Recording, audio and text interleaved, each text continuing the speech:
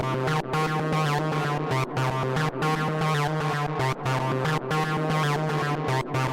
Spaces.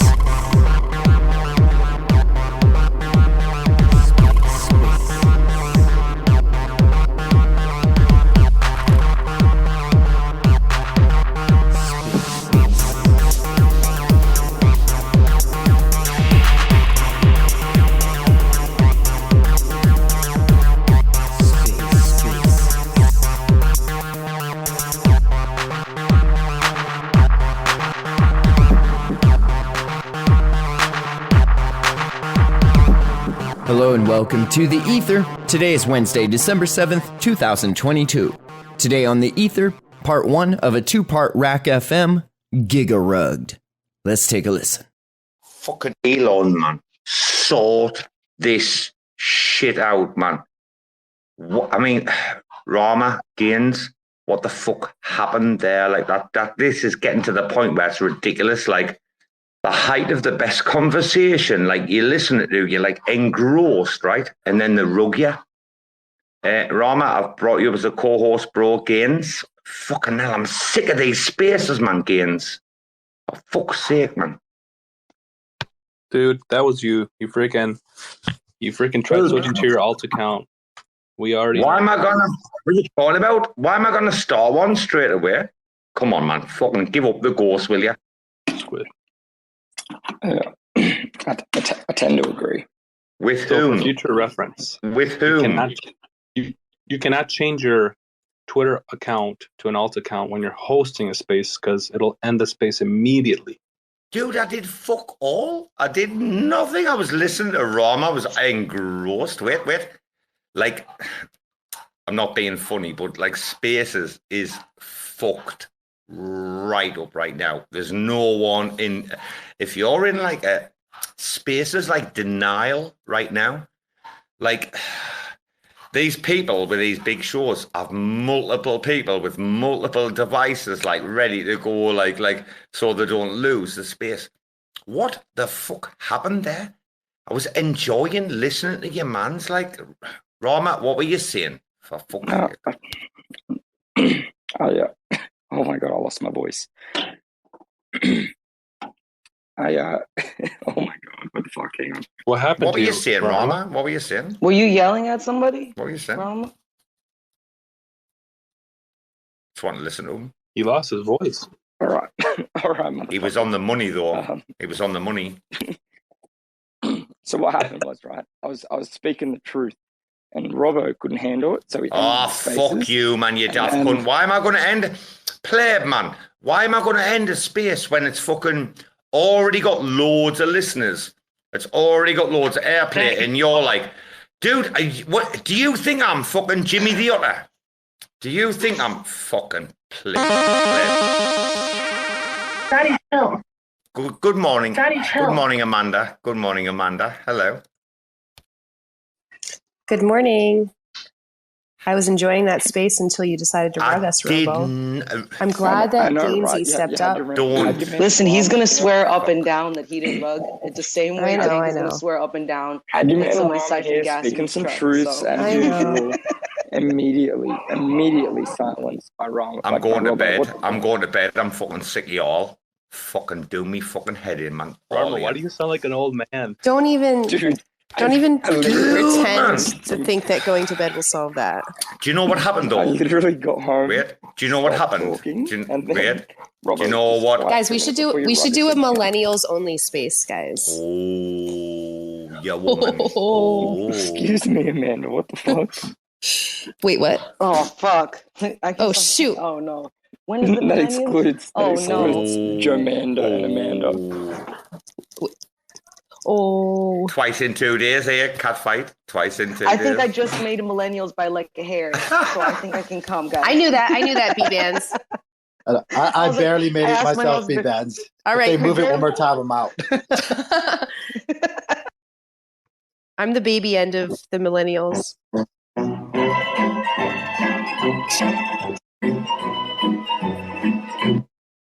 I think it's 1980, 1981. What is it now? Is it 1981? Wait. Yeah, what year do you have to be born to be like? What's the latest to be 1981 or something like that? All right, stop it with the damn fucking clock.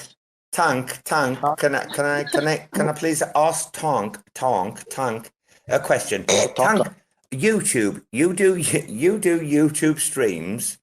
Do you ever have a problem like Twitter does with like spaces? Yes or no? No, not honestly though. And fuck, I don't want to say it. No, I get enough shit. I'm not gonna say it. But no, I don't have any. Nope. Wait a minute. You're scared of the AI? Scared of the AI, isn't he there? What?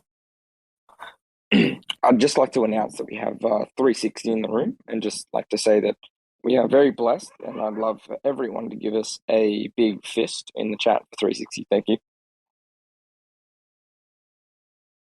I'll agree with you, man. There, like he's a fucking snake, isn't he, man? One day we're gonna get 360 up in here and speak to us, Amano on the voice chat. One day.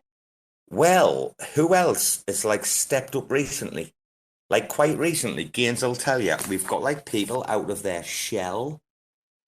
Soy boy. Soy's jumped up on voice. Yeah, I poked him out of his little soy shell. He escaped from Neutron's grasps to come and speak to the plebs. Very good. He's only round the corner. He's only round the corner from me. I know where he is, but he's back in England right now, though. Back in Blighty, right? When he comes back. So a little bit more than around the corner. I get it. Rainband, you'd like to say something? Yes. So yesterday I went into a space because I wanted to see what like Ethereum, ADA, and like those other people had to say. Listen, chill out. Are you going to let me talk or not?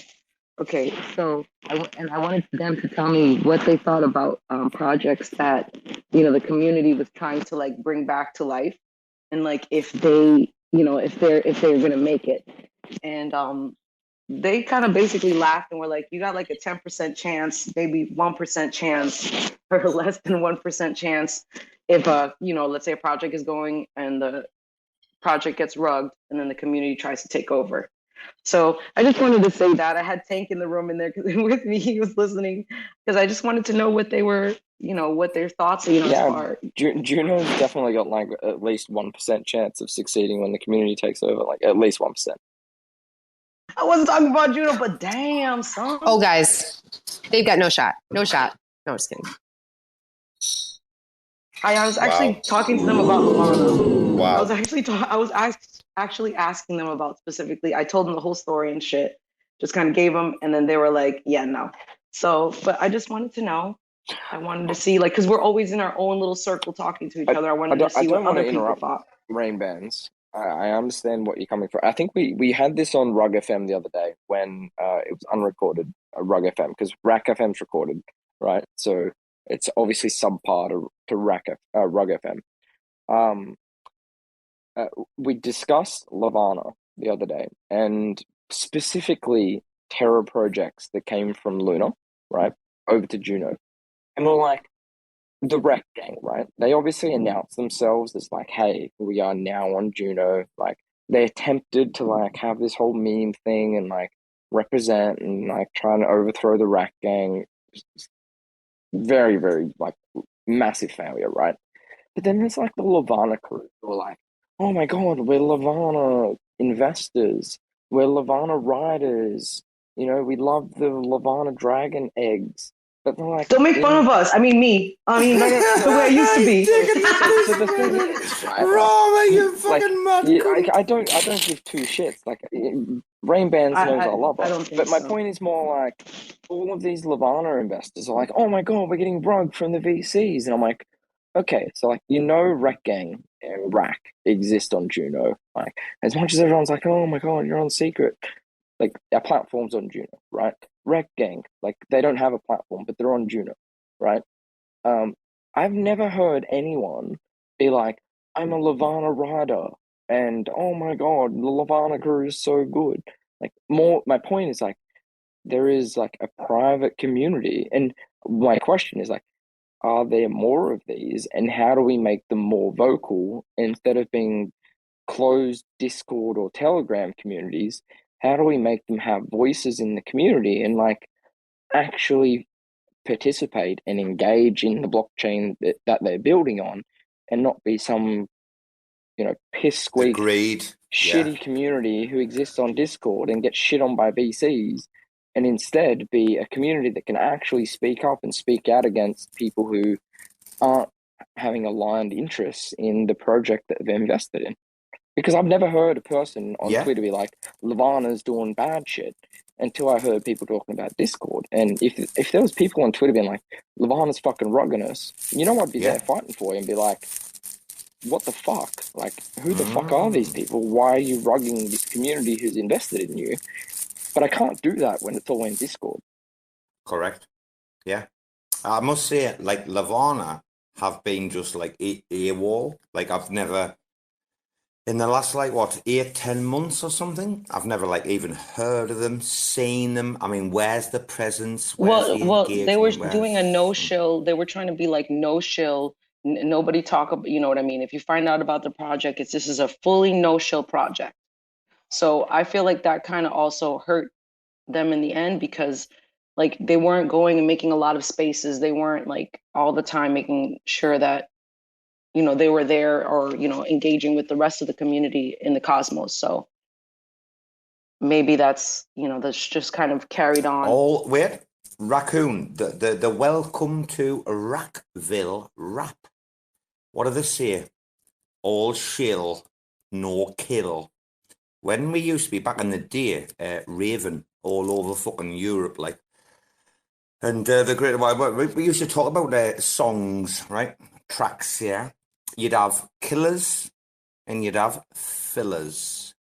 I'm only interested in fucking killers, mate. Like, that's all I want. Like, I want grade A killers. I don't want the fucking also ran fucking pleb fucking. Oh man, I talked about this before. Like, thinking, if you think you've got a good Discord or a good Telegram, right, and you haven't got a good Twitter, you're fucking gonna die. Like Twitter is where you go to project your project into the public. And I describe, when I was quite sober before, one time, I described this like quite well about the what Discords are and tell it. I mean, listen, let's be honest. In the day of Discord, why does Telegram exist? Can we not nuke Telegram from the history of the planet and start again? I can't even look at my Telegram. It's that bad. Like, who are these fucks? Like, who are these retards? Please. Hey, don't hate on Telegram. Well, I mean, no, I tend to agree. It's no one asked you. Is excuse me. Nobody asked you. You need a little tea for your throat. A little tea. Excuse me. Rama's over here opining all day long. Are you done? It's time for me to voice my opinion. No, I'm in favor. I'm more than happy for you to voice your incorrect opinion. I have no problem with that. Mm-hmm. Wait a minute. Is Rarma invaded RAC FM? Because you know something. When we started this, he was like, "Oh, 8 p.m. I'm not going to join you plebs." Like, and he's avoided it. I already announced, if you're going to just keep yapping along instead of letting me tell you why for the second time I'm here currently. We had our work customer Christmas party tonight. So if you want the spice, now is the time to ask, okay? Because you'll get it, all right? Because your man. Nah. Okay, all right. We don't. Just let's talk out of Amanda and. I'm joking. If you want to know. So anyway, back to the pros of Telegram. I'm not surprised. Always. Yeah. Okay. Please tell me the pros, Amanda. No, I mean, I think there's probably going to be. I've heard you've had such great success on Telegram recently. Please tell me all of these successes. Jesus Christ! I swear to God, these sub DAOs are going to. First off, number one. There has to be education on sub DAOs. I don't think the solution is just create more DAOs. Like, number one, it's a hot take. Number two, if we're going to like truly be decentralized, then maybe let's not like put in our proposals, look, we've got so many open positions. And then when someone asks, oh, hey, can I fill one of those positions for free? Sorry, we don't need anybody. For free. Your man Robo was fucking foreman, isn't he, Amanda? Oh my God. I can't even. I literally, I don't have anything to say other than those guys can fuck off. She knows your man Robo. She knows your man Robo was absolutely fucking foreman. I'd strangle the cunts right now, wouldn't I? Yeah, you shouldn't do that though. You shouldn't be like that. You should be nice, Robo. Should be nice. However, Amanda woke up on the feisty side of the bed this morning. Amanda, look in the nest. Is there a tweet in the nest on it?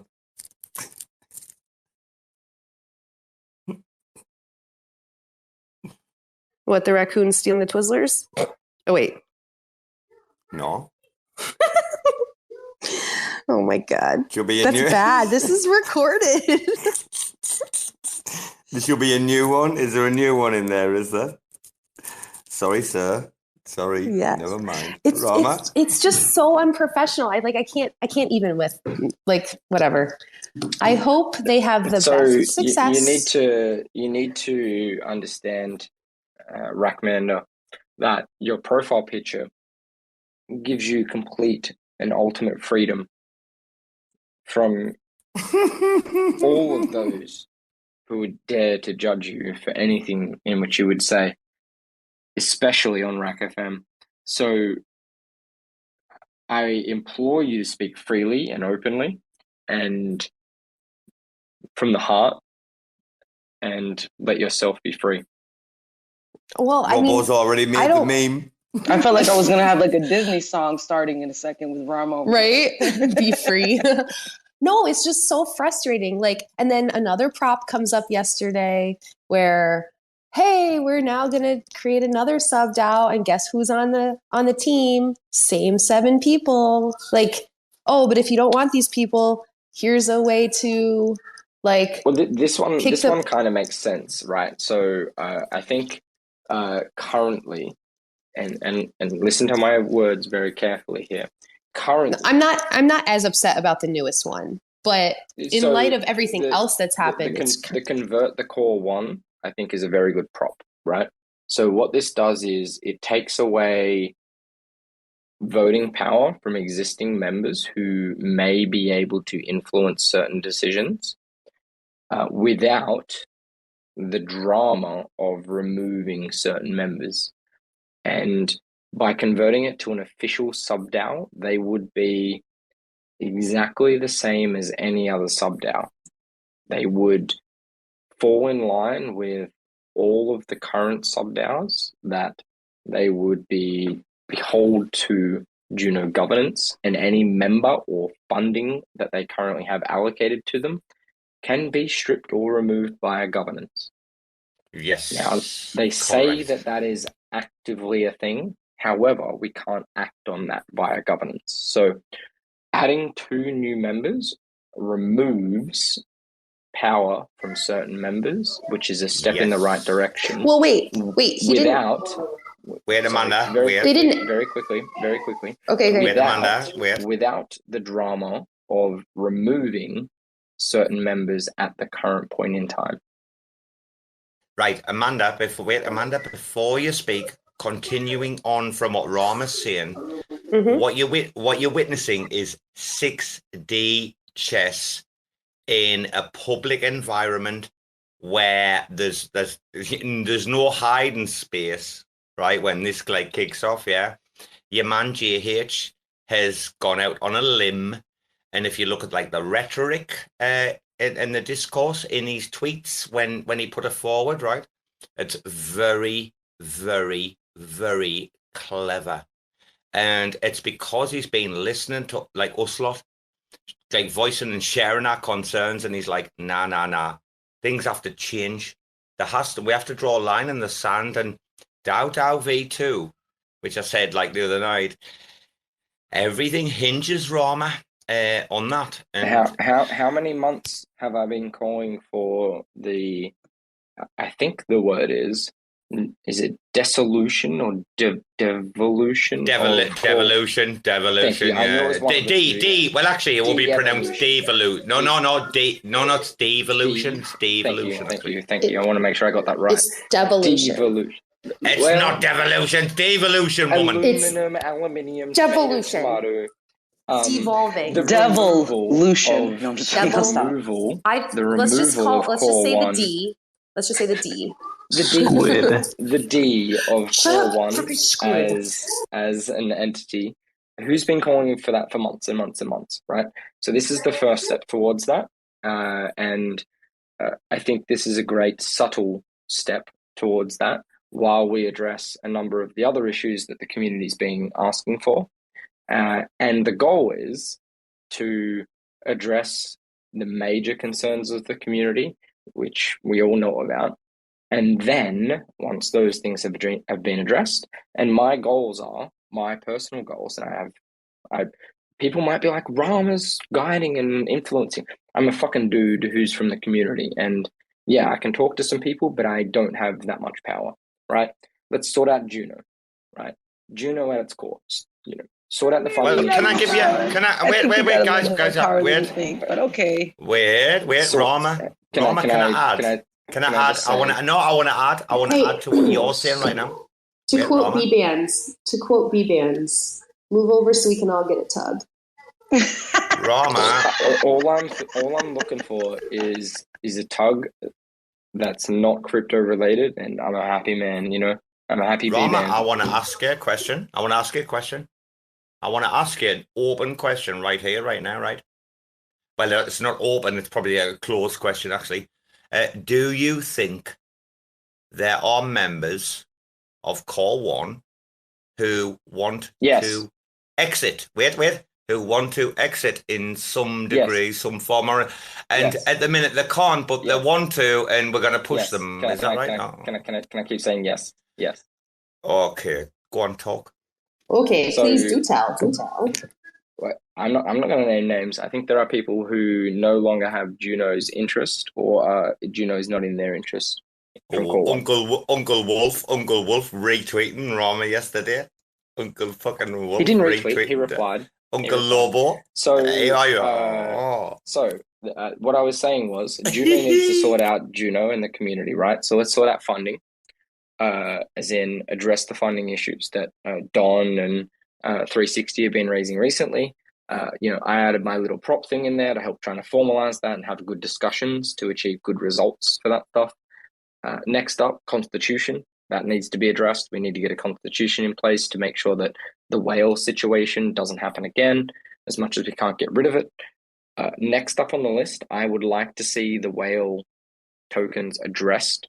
I don't think that's on a lot of people's priorities, but personally, I think that needs to be resolved one way or another before we go into the next bull. Otherwise, that'll hang over our heads. After that, we sort out like DAO V2 and some more sub-DAO stuff, and then we address core. I think core is the least of our concerns. I think recent governance proposals put in place a lot of restrictions on core around how and what they fund, and their decision making will be a lot more transparent. So let's give that entity more time, and by diluting existing members, by adding people like Max and the Fray, I'm pretty confident. I think Max and Fray are good people. Max is a community manager who's been here from the start, actively always engaged in Discords and Telegrams, and the Fray has literally been the head dev for Juno for the last year plus. So good people that help dilute the existing 5 voting members that can put Juno in the right direction. And if we find that certain members are voting against the quorum, that's one element that the community can look at to remove existing core members. Well, I couldn't agree with like 3 or more wholeheartedly, 100%, like totally, like. But I mean, Max, what's he doing to like rein your man HLN? I mean, what's he doing? You've got to. There's a lot of, and I made some comments about block earlier today. I think there's a lot of nuance and backstory that a lot of people aren't aware of, and I'm not aware of. I was like, hey, you know, Block should probably be one of the people pretty close on the list, right, to be voted out. However, there's probably a decent backstory there around raising concerns and those concerns being rejected or pushed back from other members, right? Same thing with Max. Like, would you not have a strong community presence who's been here from day one that has potentially been constantly shit on and neglected or pushed down from the community view because of other members? We don't have that backstory, right? I would much rather have someone like Max on there who has the opportunity to voice their opinion and voice the opinion of the community than not, right? You want to keep the same 5 members and make it a sub-DAO, or you want to dilute the existing 5 members and add 2 more? Not at all. Mm-hmm. Yeah, of course I do. Of course I do. So you know what I'm worried about, though? Go on. No, go on. Saying, like, sometimes you may take the lesser of 2 evils, right? So while people may not agree with Max, I think everyone can agree with the Fray. I would much rather add the Fray and Max than neither of them. Yes, bro. But you know something, and this is probably like unrelated, but slightly related. The thing that I'm getting concerned about right now in crypto is this like use of like the phrase like, oh well, in the context. It seems like every bullshit artist in crypto right now, and it's stemming from like Sam. If you've seen like Sam or heard Sam's recent interviews, he seems to be doing the like, you know, the rounds, right? You'll hear, well, in the context of like, and I'm like, dude, stop putting things in the context when you're fucking talking in the context, you fucking pleb. Rarma, it's, I don't know at the minute. Fucking Juno, man. I didn't even know how it ended up in this fucking state. You know, it's going to be down to us people that pull it fucking out of. But it's going to be down to us. It's going to be down to us, Rarma. It's going to, yeah, it is. It's going to be down to us, the community members that fucking push this forward. And that's why the comms DAO has to go. It has to be dismantled immediately and start again from fresh, with fresh elections, if they want any credibility, mind. And we'll do it. I know they will. The community will do it. Robo, you had said something to me about Celestia. Sorry. Oh, wait. Actually, I'm so weird. Well, Bbandz knows how spaces work, and that you've got to like mix up the subject and the topic. We talked about this today, didn't we? With MEV, like Gaines, we banned MEV talk today, Gaines. Oh, Rarma was away, he was working. If Gaines is laughing, he's probably busy right now. We banned like MEV talk. Right, Bbandz, listen. Okay. Here's me elevator pitch, darling, very quickly. No one has been able to get Celestia on a show as of yet, right? Cephis tried. Cosmos Spaces have tried. Trust me, I've sent corporate emails to them from RAC. Joe, we're still we're still not getting anywhere. Bbandz, listen. You did a show 2 weeks ago, I think it was, with the Polygon guy.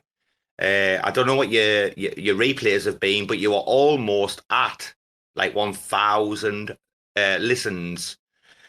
The last time I looked on Spaces with the Skellies, right? And it just goes to show you, like when the guests on, the numbers you can get. Now, to me, Bbandz, that's leverage. If I had a show where I just had 1,000 people on, I'm going to fucking go away and try to get every fucking big name I can. Now, I've heard Celestia are tricky as fuck. Darling, we'll slip in the DMs. We'll have a talk about like how to approach it. But you've just had your man on from Polygon. You hit nearly 1,000. You I know. Wait, Bbandz, wait. You could reach out. Bbandz, listen, no. You can reach out and speak to them, like acting like you don't even know what we're talking about right now. we've tried to get him in. Oh, fucking hell. Seffi's trying to get them on, man. And you wouldn't. No one believes in this room how hard it is to be able to get Celestia on to talk to people like us, right? Now, Bbandz, I'm just saying, give it a shot. Like, DM them. Like, I'll give you a couple of people to DM as well, right? You can, like, just repeat the DM. Like, hey, guys, we had, like, you know, decent hit, like, last week on our new show. Like, we'd love to hear from Celestia. It's up and coming, like, data availability. It's going to have a big impact. Like, Bbandz, I'll help you, but Gaines kind of get them on. And he talked about it. If you guys, I'm not trying to be mean, but if you guys couldn't get them on with your pitch, I mean, maybe I need to try a different pitch. I'm just saying, maybe a different pitch would work. Bbandz, we don't have the double Bs. You know what I'm saying? So we got in touch with them thanks to Amanda. And we've been trying to, like, you know, fucking nail a date down. And every time we do, like, oh God, it's just been a pain in the ass. Like, they're just a little slow to respond, and they're very picky. They made us send them clips of our previous spaces, and wanted to know who was actually going to be hosting the space. Like, goddamn, like, just I don't know. Do you know why? They're probably like, we don't want to get on the stage with any plebs. No, I'll tell you why. Questions or some shit, probably. I'll tell you why. Because you know how we keep Rarma in the shoebox under the bed, guarded by Winston. Like, they keep your man in a fucking locked shoebox under some, I don't know, in a bunker. Like, they're not gonna let your man Mustafa come and talk to us. You know why? Like, I'd be sober, obviously. I'd be a lot more compos mentis than I am at this time of night. But anyway, like, can you imagine if it was just us, right? There's a little group, right? And, like, we could get, like, Mustafa in. Man, he would let go. We could prize that fella right open. It wouldn't even take any opening, because I've listened to him before, and he's got so much more than they, like, let out. And that's what pisses me off, is that, like, I know what I'm talking about. Maybe you lot don't, but I've listened to, like, fucking at least, like, 50, 60 hours of your man. I know what I'm talking about. He needs to come in our space. Like, did you reach out to him on LinkedIn? Oh, I did a corporate email, man. I've done everything under the sun. Gaines is telling you, Cosmos Spaces, everyone wants to come on there, man, since, like, the last, 6-7 months. He even can't get them on, man. They only do, like, their own spaces. And your man, the moderator, the social manager for them, oh, he's a gatekeeper. I mean, right, guys, many years ago, right, I used to travel England, yeah, when I was in my early 20s, and teach people, like, how to set up a point-making teams, right? So, like, if you've got a sales force, they need appointments to go to, right? And you need an appointment-making team, essentially, right? Fucking gatekeepers, like professional, like corporate gatekeepers. I mean, that's where the entire thing of, like, getting into a decent organization starts. Anyone knows what I'm talking about. Anyone's been in sales or fucking anything. There's gatekeepers for a reason. Like, and Celestia is extremely well garden walled at the moment. It's fucking incredibly. I mean, Gaines, even if they were like, okay, we'll do it with you, but you couldn't agree a time, or I mean, it's yeah. Like I said, it's just been tough nailing down a date. But I mean, they're in touch with us. It's just sometimes they take a while to respond, and by the time they respond, it's like, dude, like, it's like too late. So why doesn't sweet little Bbandz? Why didn't sweet little Bbandz, right? Give me Bbandz, give me sweet little Bbandz. There you are. Bit of the Eagles, is it? Or was it Fleetwood Mac? I can't remember. Anyway, how about though, right? Dude, she, like, DMs him, like, sweet and innocent, and says, hey guys, hi, it's Bbandz, Bbandz Jo, whatever. And she says, you know, we're doing this show, and it's blah, blah, blah. And she explains, because she can explain the format very well. She can do this, right? But she's like, it's a new show, but, like, she can, like, send them in the DMs like the tweet of the like nearly 1,000 listeners for that dude from Polygon, that one, right? Trap the motherfuckers. Bbandz, come on, darling. You know where I'm going. I'm laughing right now. I'm laughing my ass off because that's how I got the guy who's building Uldor to come on the show on January 9th. I sent him the big one. I didn't send him the one where I got rugged. I just sent him where it's like, look how many people come. Do you want to come on the show? So he's like, yep. Right, live right now. You've got a message, right, Bbandz? You've got a message, Celestia, right now. While we're live online, Rarma's still awake. Guys, it's I gotta really be quiet because my husband's on a call right now. I'm getting yelled at. Okay. He's on a call, so you guys talk to me. I'll be quiet for a little bit. Okay. Tell Andrew we love him. Tell you what. They love you. How mad? Was that Chris? Is that Chris? Yeah, I was saying congrats to Bbandz for getting Graslow on the show. He's a good dude. I follow his project. He's more of a Eth Polygon project, but he's a smart dude. He's building all the things from the ground up. The beta test is coming out, so it's cool. Did you know your woman got nearly 1,000? I mean, how many people in the room know that your woman got nearly 1,000 hits on that Spaces? Oh yeah, that's what I thought. Yeah, he sent it to him, and then I sent it, and I was like, oh, I was just trying to see if he would come, and he's like, okay, because I had tried before to get him to come on, but I didn't, and it didn't work, so I'm glad it worked this time. Imagine the smell, wait. Imagine, right, if like all of us for months, and I mean, I've been trying to get Celestia to talk to me and Rarma and I, since like late March, April. Imagine the smell if like Bbandz just came in and like whipped that interview up like couldn't believe it. I'd be Bbandz. I would get the hammock out, like I'd be in with the mojito. I'd be like, oh, I'd have some blunts ready, man. I'd be like kicking back and woman, do it. Go on, do it. Contact them and see what happens. Go on for the culture. And they're gonna be like, sorry, we're not interested. I'm like, oh. Well, no, give them some patter. Give them some patter. Just say like, for a long time, you've been listening to Mustafa, John Adler, Nick White. Like you seem like an interesting project. Like you need to go down that route. What you need is the hook. Well, are you taking my playbook right now? Because like I feel like. Go Bbandz. You're telling my secrets, man. You're telling my secrets. Go Bbandz. Well, you got me on the show. Yeah.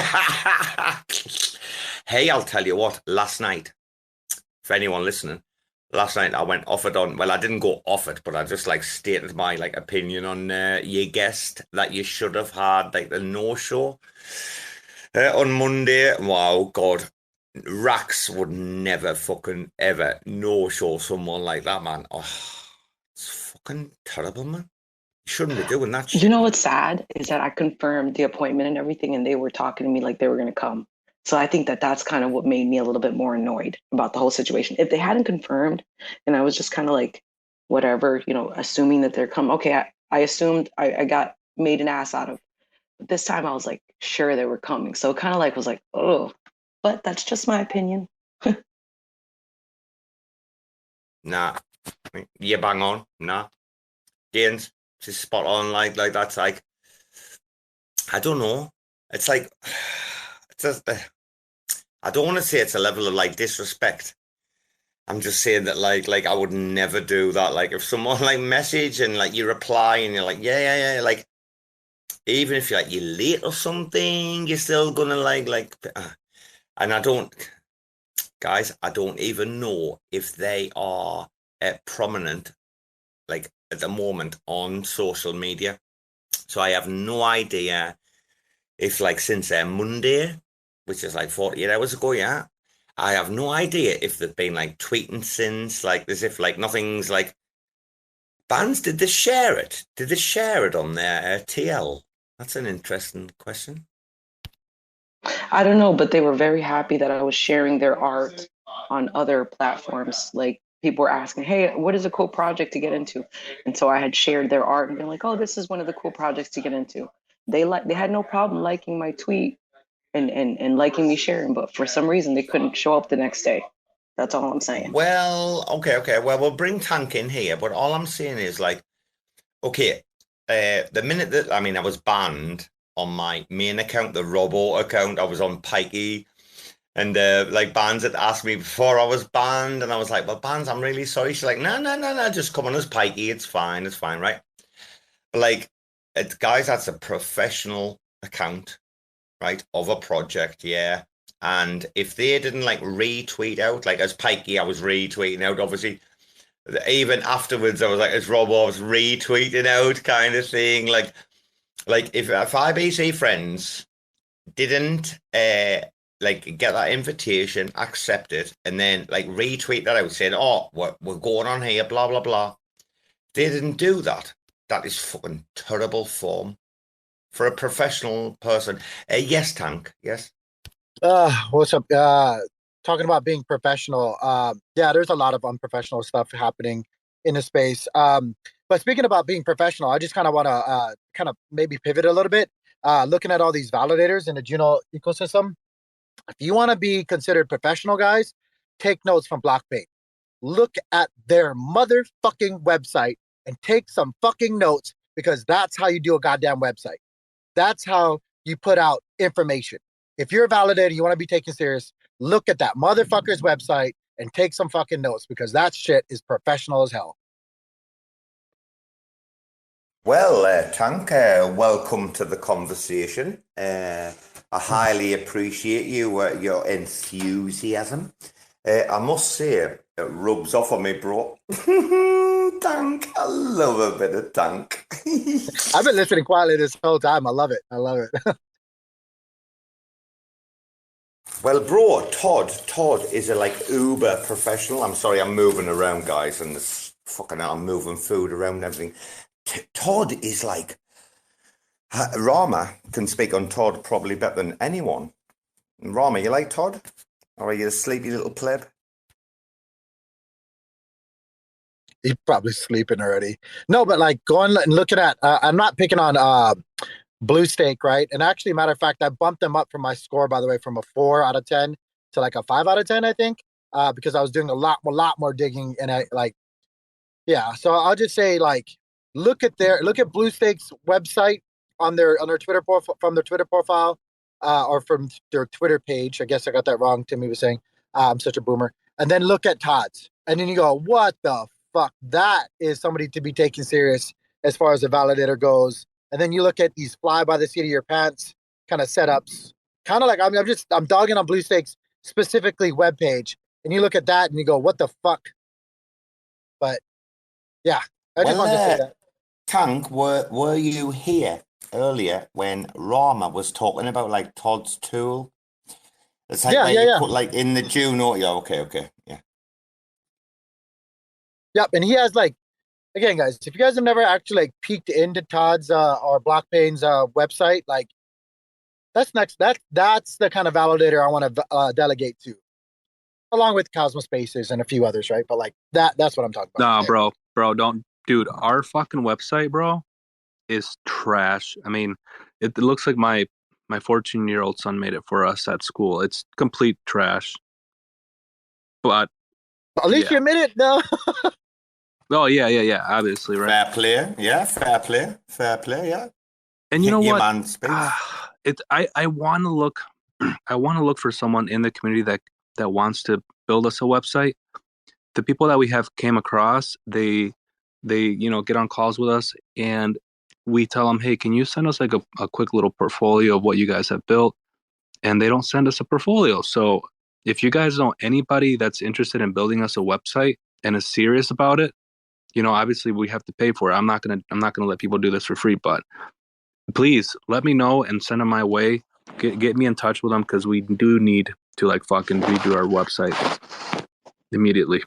Well, Gaines, RAC have had like a lot of problems, like quite similar. I mean, not the same, but quite similar to what you're talking about, where they've wanted like a graphic designer, right?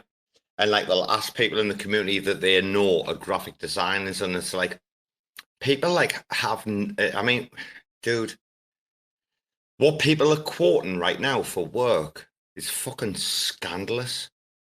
And it's making like the bear market even worse. Like everybody wants paying. Like nobody's adjusting their salary to be in the bear market compared to the bull market. Does that make sense? Like even just to get a graphic designer on board with Racman, the money guys and the contracts and like the, you know, the work on remote and all the other shit, right? It's a fucking joke. People are taking the piss out of crypto right now, mate. Sorry, like.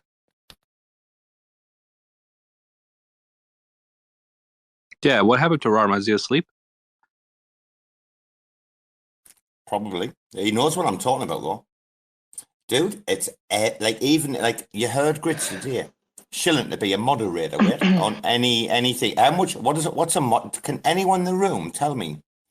A Discord moderator. How many hours do you have to work, and what's the salary? Someone give me some information. I know nothing, by the way. Well, just take a look at what they get paid when they work for Osmosis. But I don't know. Some moderators aren't even paid, though. A lot of moderators are not even paid. Well, Loops are. Loop told us they didn't give us a salary. Well, Loop said they've got three full-time moderators, right? 8 hours, 8 hours, 8 hours. So that's their job. What do they get paid? I'm out in 3 Discords. I don't get paid. You should, Chris, because you deserve it. Anyways, real quick. I really agree with that though. But the co-founder of Harmony is on Celestial Labs. Did you guys know that? I get the feeling. Where I get the feeling Bbandz knows how much. Bbandz, okay, so then my question is, what do you guys think of? I'm just Bbandz, curious. what's the average salary? I think you know, don't you? You've been in Discord. No, I don't know. I just start getting a little bit of coin for helping out. I've never gotten paid before until like recently. So okay. But I'll tell you what Knots did for me. They didn't expect a lot from me, but they just threw me a little bit. They threw me like $200 a month, but like I'm not on the Knots team anymore, and I just did it for like 2 months. So that's kind of like where I'm at on that. Fair play. And this is without telling me that I have to be there a certain amount of hours, or this just for making sure to being there. You know what I mean? Holding shows or whatever. Fair play. I just because you know something, I've got no idea. Like I hear about like Discord mods and I mean.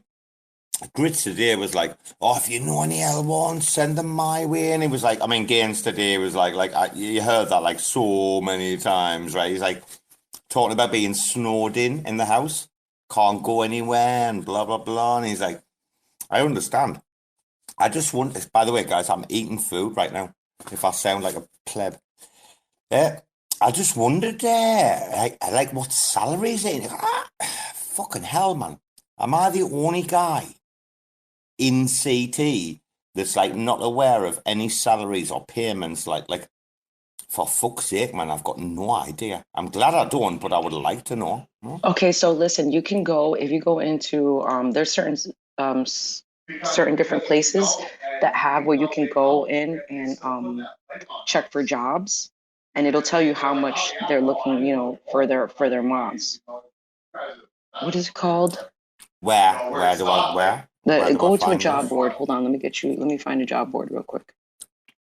If I remember correctly, a moderator for Osmosis on Discord working 8 hours a day would make roughly like $2,000 per month. If I remember correctly, because I saw a job posting. Shit, what? No, for real. I saw a job posting. That's what. Fucking Jesus. Yeah, so just check if you go into Space Skellies and click on all jobs. It says like Web3 jobs, and I don't know if you guys have that, and you click on it, all jobs, it'll bring you to the Rethinkable bot, and it'll show you like marketing, development, editor, moderator, all kinds of different jobs.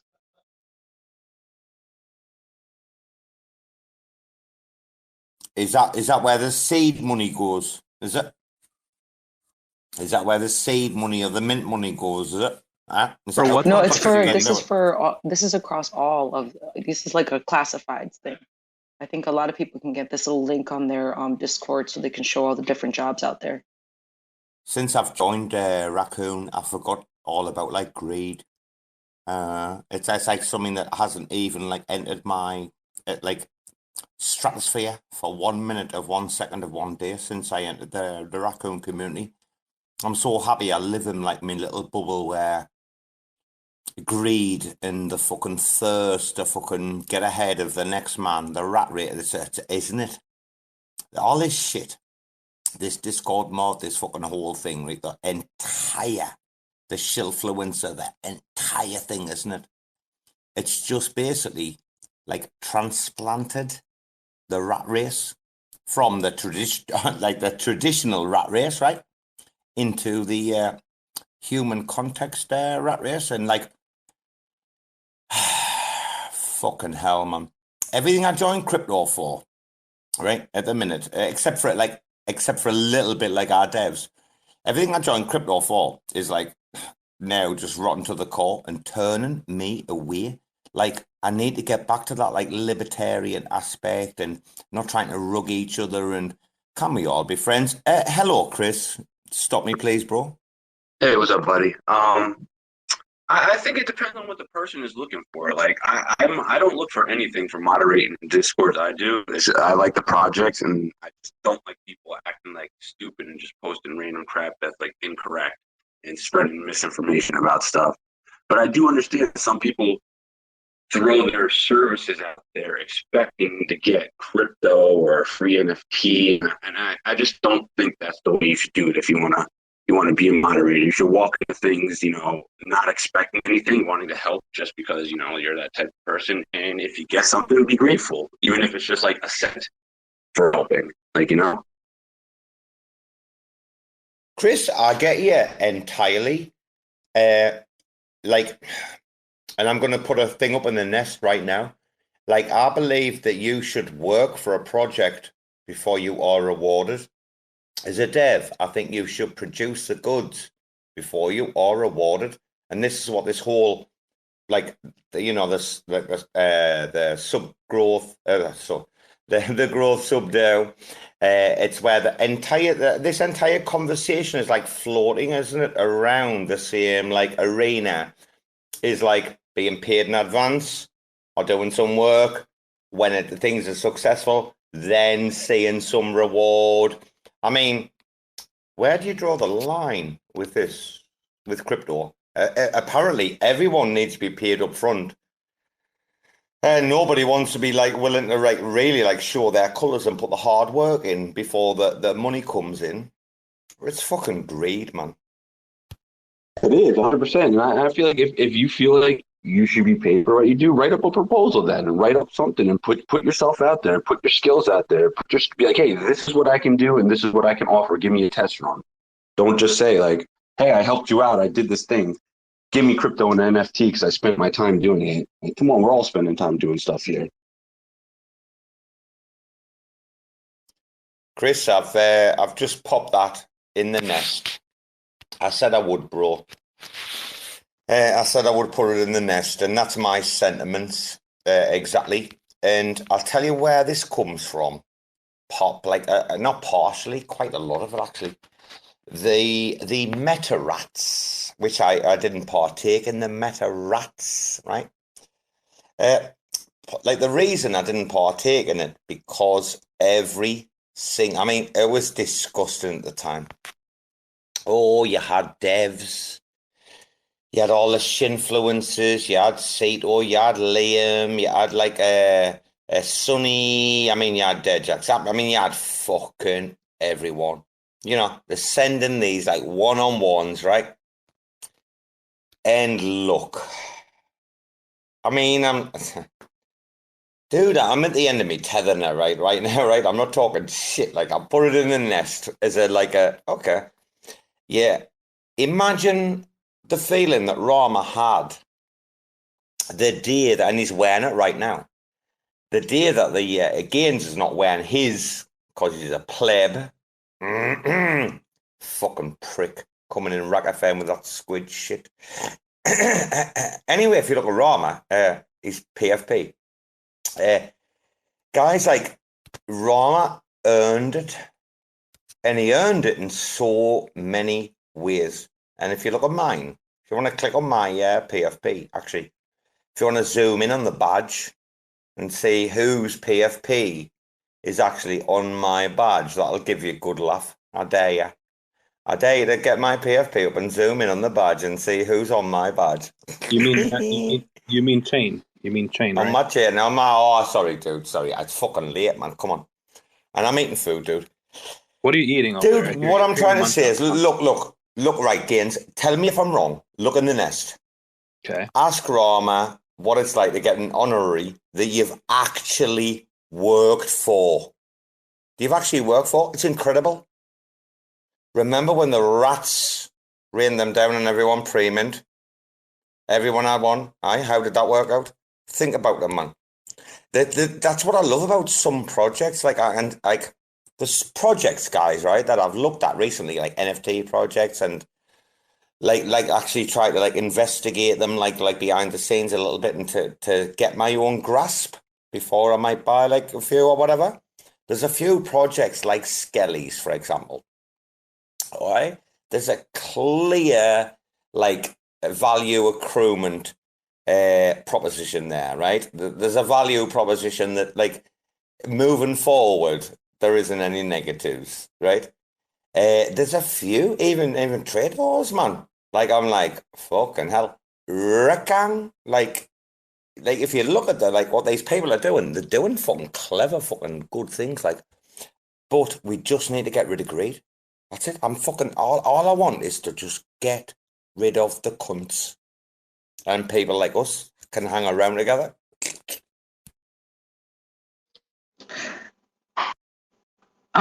So I would like to do a quick ask. If you guys want to, would you guys DM me any whoever's in here right now, DM me your stars address. I would like to get something for you guys. No way. No, seriously, just send me. You guys just send me your stars address. Whoever's in here. No way. Man. But it's gonna be a couple. It's gonna be a little bit before you get it, but you're gonna get something from Space Skelly. So for Grandma. I hear your husband talking in the background. My God, who can't hear him? You can hear him in Zimbabwe. He talks so loud. I'll tell you what, seal the deals for me. Seal the deals. I'm still eating, guys, by the way. I've got chicken nuggets, I've got zap wings, I'm fucking off. What sealed the deal for me with Skelly's was the spaces they did with Amanda and Angel Alliance or Angel Protocol. I think it was the Angel Alliance, right? And EJ went into like extensive like depth about the whole proposition. And I was like, wow, fucking hell. I didn't know that. Like literally, we call it like taken aback. I was like, fucking hell. I might need to take notice of these guys. So Robo might have a Skelly or two. I'm not fucking telling anyone me what I've got. No, that's fine, but it's not. Just send me your stars address anyway, if you would, please. That would be great. Because I'm RAC. I can't talk about buying any other NFT. I only talk about Joe. You're not buying anything. You're sending me your stars address. Oh yeah, right. Shut up. You were talking about Joe fucking every day. Wait. Yeah, he got a little spanking for doing that, I think. Wait, that was the quickest. That was the quickest 12x in my entire life. Who's going to turn down like that return? Like, come on. What do you mean? You sold all your Joes? I'm still bag holding all my Joes. What, V1s or V3? Dude, I've got a bag of V3s, the fucking worthless fucking turd on the road, aren't I? I'm just kidding. Like Winston pissed on my fucking bag of V3s yesterday, the little cunt. I sold my Joes. I got one Joe left. I'm proud of it. I like it. I've got a couple of V1s. I did a fucking nice return there. What percentage of V3s? Like minted out? They're probably, I bet they haven't moved in like a week or something. Also, real quick, when you do get your gift, just hold on to it for a second because there is a little game that we're gonna play with those NFTs. So just throwing it out there. Is this that Jimmy that Timmy TendermintTimmy helped us figure out and stuff like that? So FYI, it's gonna be fun.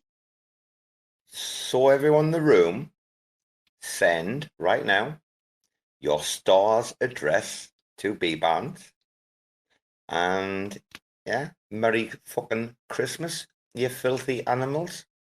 I love that. Wait a minute. Wait, is Home Alone not the greatest? Like if any, like, there's two movies you're gonna watch at Christmas, isn't there? There's Home Alone with the kids, and when you get your wee fucking nippers to bed on a night and you're chilling out with your fucking whiskey or whatever you got, you're gonna put Die Hard on it, yeah? They are the two greatest Christmas movies of all fucking time. Hey, prove me wrong. Change my mind. Anyone? Home Alone and Die Hard. Anyone? Nah. No one's coming up. Oh, no one's coming up. I like the classics, you know, like the Grinch, you know. I don't know about y'all, but I like the classics. Yeah. The classics, the great. Dude, you can't call the Grinch a classic, man. It was a few years ago, man. What you talking about? What? The Grinch is a classic. Dude, come on. Dude, classics are like 19 fucking 20s, 30s, 40s. Like, dude, what are you talking about? Classics? The fucking Grinch. Bro. Yeah, man. The Grinch is a classic. Dude, you need to fucking realign your priorities right now. I don't know who you've been speaking to about fucking Christmas, man. Serious? What's that there? Is there a movie with a fucked up elf? I'm sure I've seen a movie with a fucked up elf or something before. Have I? That was Leprechaun, bro. Oh, they're so bad. Wait, Bbandz, have you got wait? When you were kids, did you learn any bad like nursery rhymes for like Christmas? Like okay, wait, hold on. Your woman's got some shit here. I did not celebrate Christmas until I was like 17 years old. You got some rhymes, have you? Have you got some rhymes? So I didn't have no nursery Christmas rhymes. I hit 17, and that's when we started to celebrate Christmas. So wow, yeah. I grew up with like a jingle bells, Batman smells, Robin flew away. He lost his pants in the middle of France, and he found them in Bombay. We used to grow up with some mad shit. We used to go singing. Can you believe this? We used to go singing. Yeah, but my limericks are not about Christmas, and they're usually in Spanish. Oh, I forgot the one my mother used to sing all the time. Was we three Beatles from Liverpool are George in a taxi, Paul in a car, John on a scooter, Bippity Zooter, Ringo following from afar, something like that. I can't remember what the exact thing was, but if anyone knows the Beatles, that was the fucking song. Man, when you're a kid, aren't you? You're like inane to like taking the piss. Like you don't even know the difference when people are being like serious or taking the piss. You're like, everything's taking the piss. Tank, please get your children to differentiate the difference between when people are taking the piss and when they aren't. Fuck, that needs to be priority number one.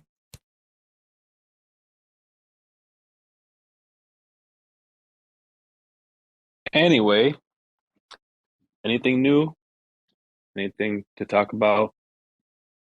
Anything? Yeah, skip non-Christmas related. Skip protocol. Apparently, dude, we're not talking about skip protocol again. You don't get to get that extra $2 from a minor extracted value. Okay? You can't have your $2. Oh my God. Jesus Christ. Don't get Gonzi in here. Gonzi will go on and on and on about MEV. Weird. The best thing was last night is Jacob, like, I'm redefining Tendermint.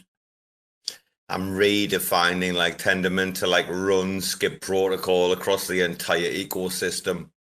I'm redefining the entire fucking consensus algorithm mechanism of the entire thing. And we're like, go on, tell us more, Jacob.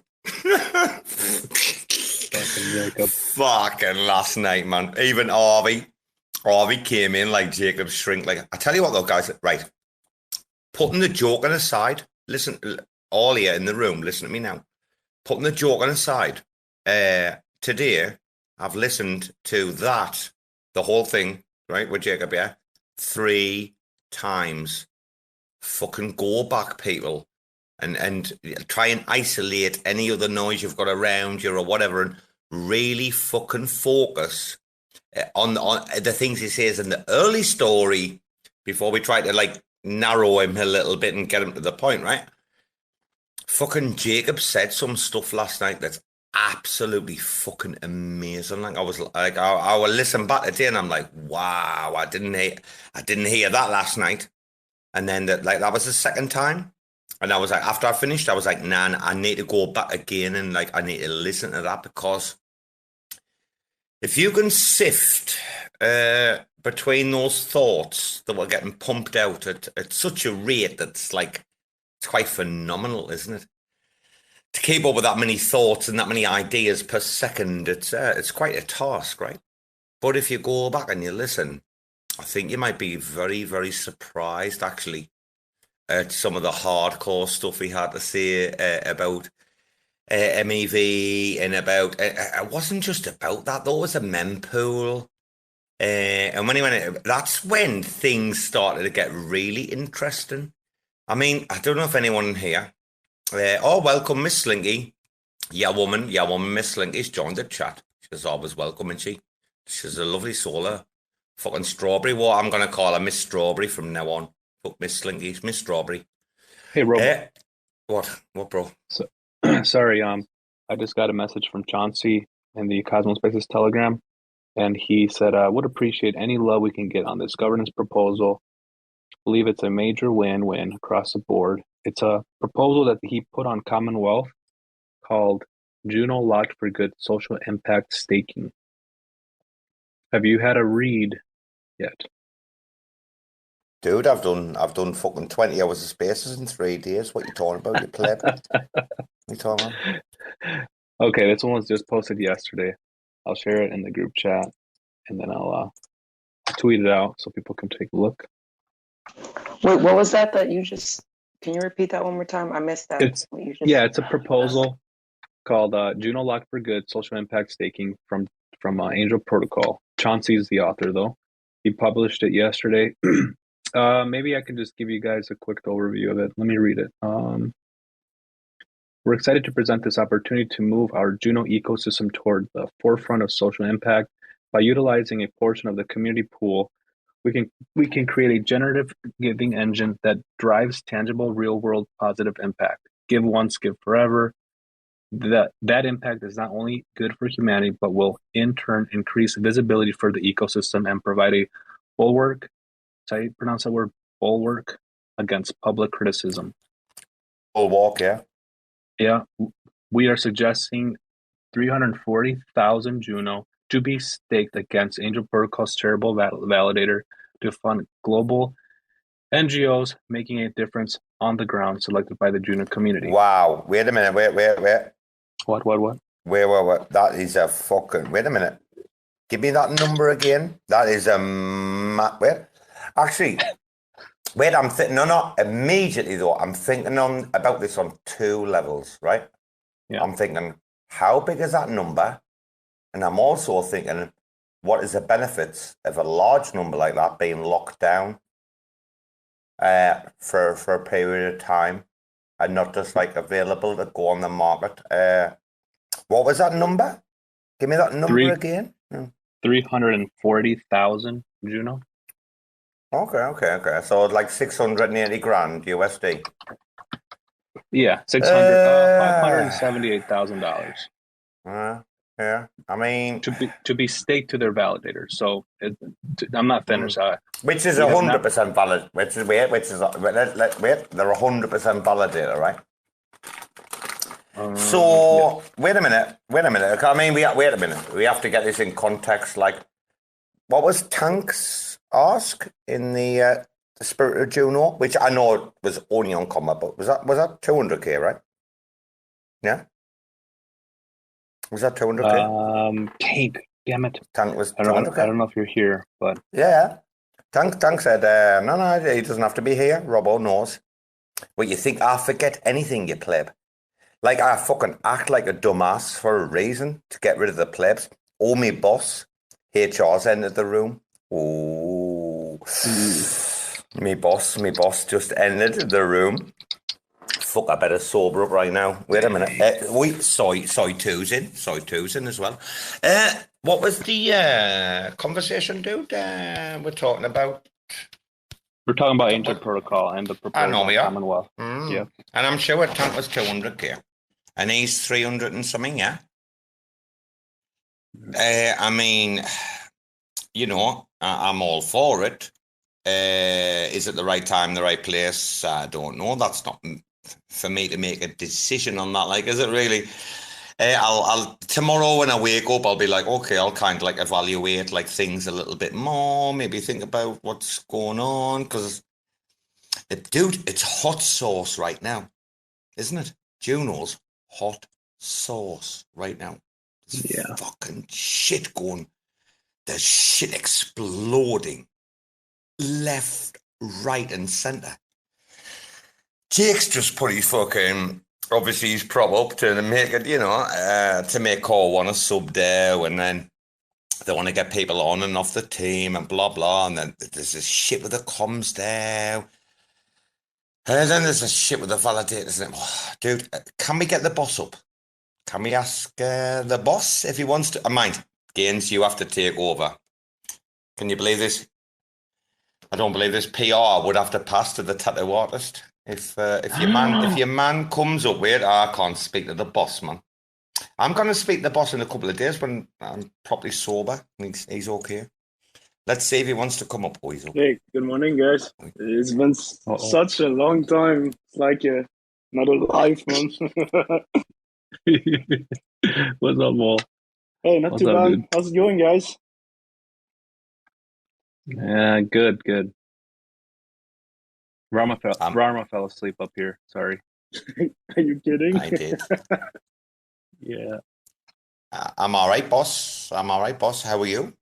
How are you doing? That's what I want to know. How are you? No, not too bad, man. Didn't sleep much yesterday, but I woke up late this morning, so everything's good. How about you, man? Well, you know how it goes, Maul, don't you? You know what us fucking stinky blinders are like, aren't you? They can all try what they want, mate. They can't fucking touch us, like, dude. We're fucking... Dude, they're not even in our class, man.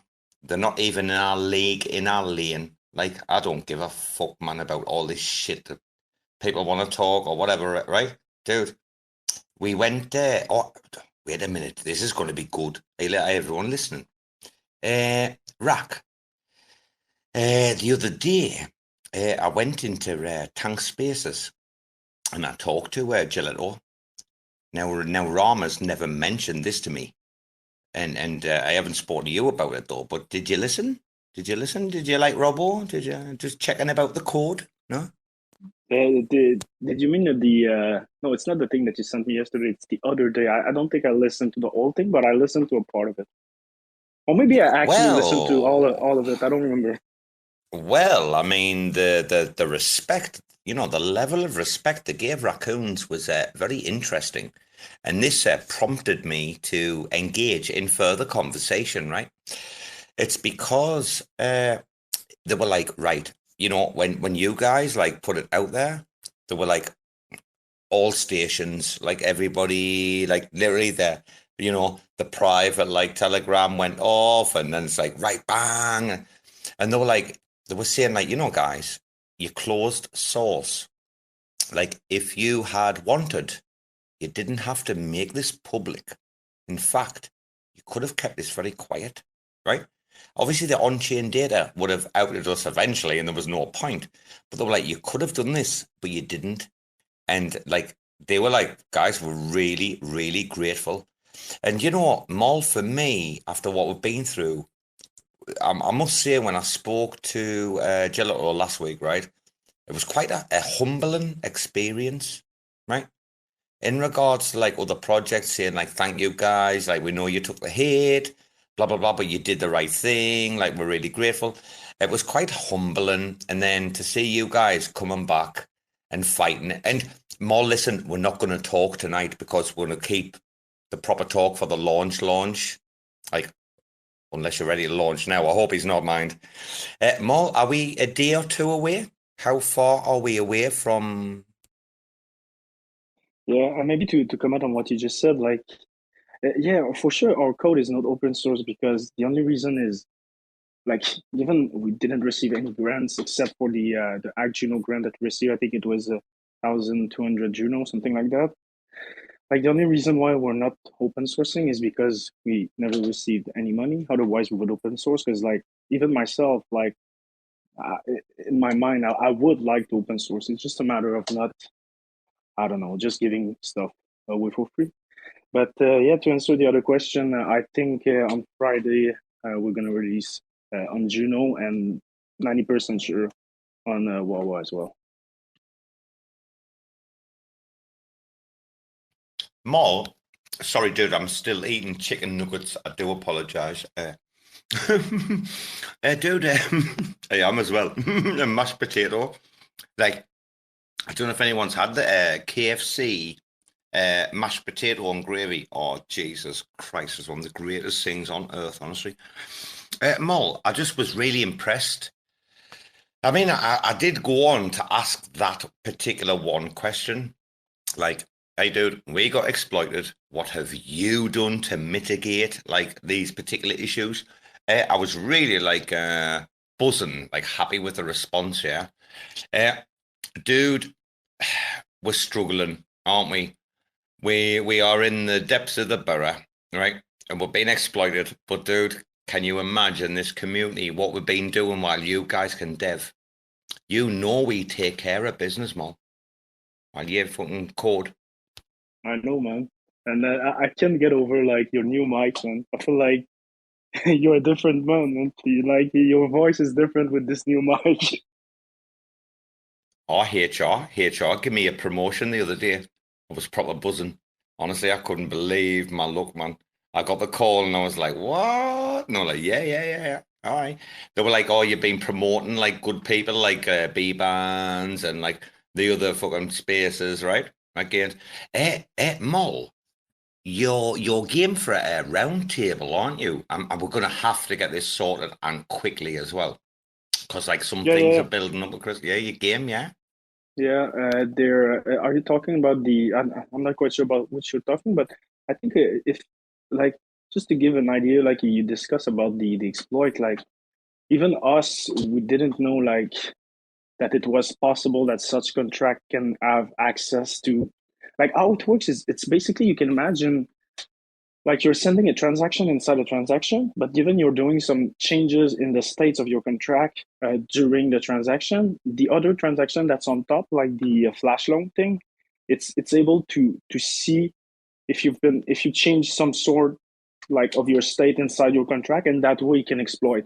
But the thing I was mentioning on Twitter, I think the other day, is basically flash loans only work on let's say you receive some money at the end of the transaction or not, otherwise the transaction is not going to go through.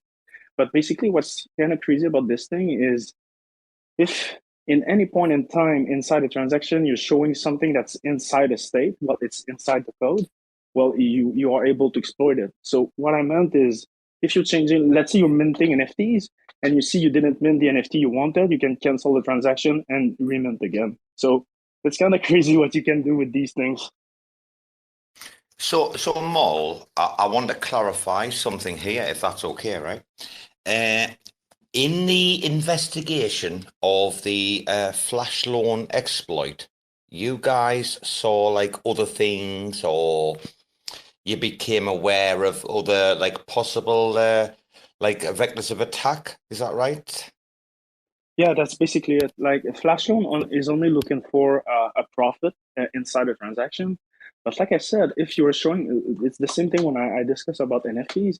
If you know like what NFT you minted, you can basically put it in a transaction, and if it's not the NFT you wanted, you can cancel it. But this is only if the NFT contract is showing a part of its stake. It's a bit deep, but you can see it like if something you think should happen but doesn't happen, you can cancel the transaction. So it's not only like flash loan related; it can be anything else, like a piece of information or something like that. Did you hear that, Gaines? Did you hear that? The transaction can be cancelled, like with inside. Oh, fucking Jesus. That's... So how, Mol, how watertight are we going forward? What, in your personal opinion? Yeah, the only sad thing about this is you can imagine that now to play a game, you have to go through two transactions. There's going to be one transaction that determine what's your randomness, and the other transaction is going to be like reveal if you won or not. That sucks, to be honest. Like you have to go. But is that permanent? Is that permanent, or is it like a sticky plaster? Is that like a temporary fix or permanent? It's going to be permanent, but you can imagine like there's two solutions. Like there's one solution that sucks, which is you play a game, let's say, but you have no idea if you won, and then you claim your reward. But we're working on another, like we're discussing with some folks that knows a bit more about the Cosmos SDK. But we're working on when you send your first transaction, it's potentially you can potentially know if you won, but for sure the claim is going to happen into a different block because flash loan attack are like a one block attack. So it's for sure in the long term is going to be in two blocks. Otherwise, like if there's other blockchain that are able to, like it would be on secret. On secret, it would be like one transaction because everything is hidden. But yeah, on public blockchain and permissionless blockchains, for sure, two transactions. I only asked about that because one of the things that really like sucked me into Racøøn.bet, right? On the 10.1 inch tablet, which I often like love to like play the slots when I'm having my morning shit. It's normally like my daily routine, right? Dude, the thing that drew me in was like the seamlessness of the transaction. Like I have to say, like anyone on Cosmos Station IBC wallet, if you've been playing the slots on there or the dice even as well, and you're hitting that, like it was so seamless. So Mol, there's going to be interruption to that. Is that what you're telling me? There's to that process there will be an interruption, right? Okay. Yeah, it's the reason why we didn't close like the lottery games, because lottery games like last for a long time. It's if your game is gonna last for more than one block, you will never have issues. But if you have like something that only lasts a block, it's not gonna happen. The only way that this could happen is like on secret network where like all the states are hidden. Otherwise, it sucks, man. I feel like. Wasn't the dungeon? Sorry, Mol, interject. Wasn't the dungeon like a transaction per level? Like I remember the early dungeon. Every level of the dungeon we had to do like an independent transaction, right? Yeah. So basically, yeah, this would work. That's for sure because it's in two transactions. Well, it needs to be like you can sit like it could be like 20 transactions and there would still be an issue. It's really a matter of a block. So if you're executing everything inside one block, it's not gonna work. Sorry, but yeah, man, I feel like a lot of people should be like we went a bit we dug a bit deeper into the problem, and like I don't know if you remember the post that we shared from Larry, but everything is explained there. Well, it's explained high level, but at the end of the day, it's basically this problem.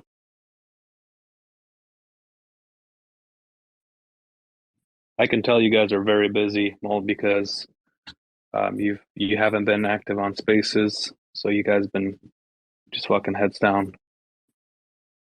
Yeah, and we're trying our best. We're trying our best not to bug you guys. We're trying our best. I mean, Robo over here, he's been just whining like a little baby nonstop about, oh man, guys, I know we miss them, but they're busy. They'll come back when everything is strained out. Just hang tight, lads. And I've been listening to a few of the spaces. It just didn't have much time to join in. Like I feel like it's been forever since I joined the space, man.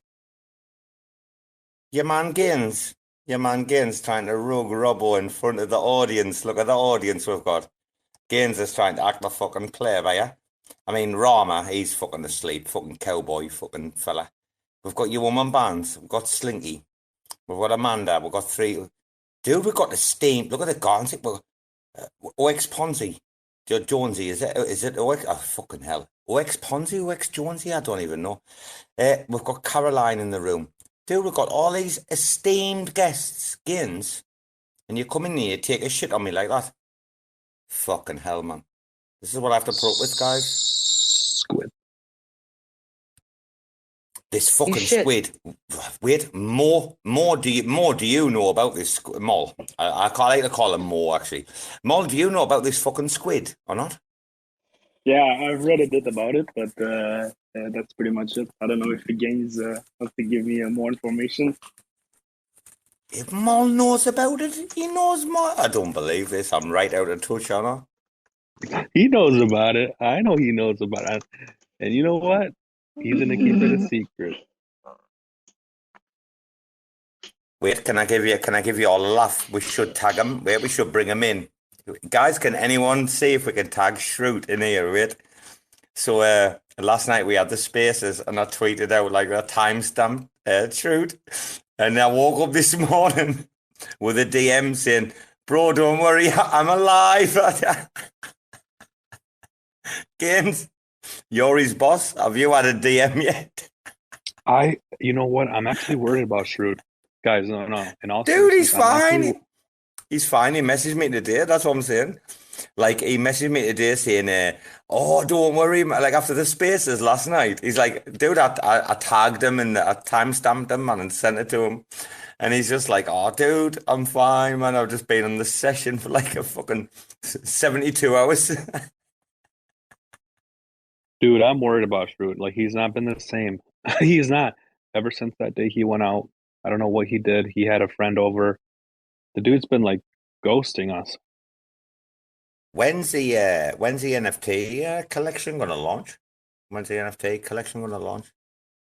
I don't think there's I don't think there's a set date right now. It's so early. Mm-hmm.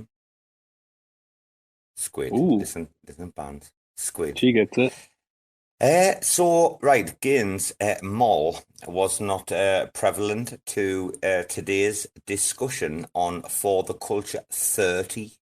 By the way, guys, today was For the Culture 30, right? You had to be there. Dude,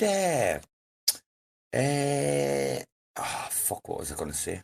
Me train of thought's gone. You'll have to talk while I fucking get me train of thought back, man. I'm like, I have a connection here. Wait a minute. Fuck, I hate when that happens. For the Culture 30. Actually, For the Culture 30. No. We talked about Dude, we talked about Racøøn today. And I did tell everyone in that group today, like, it was a pure rug, like, last night. Like, guys, listen. Racøøn have been worrying about themselves, worrying about their own code, right?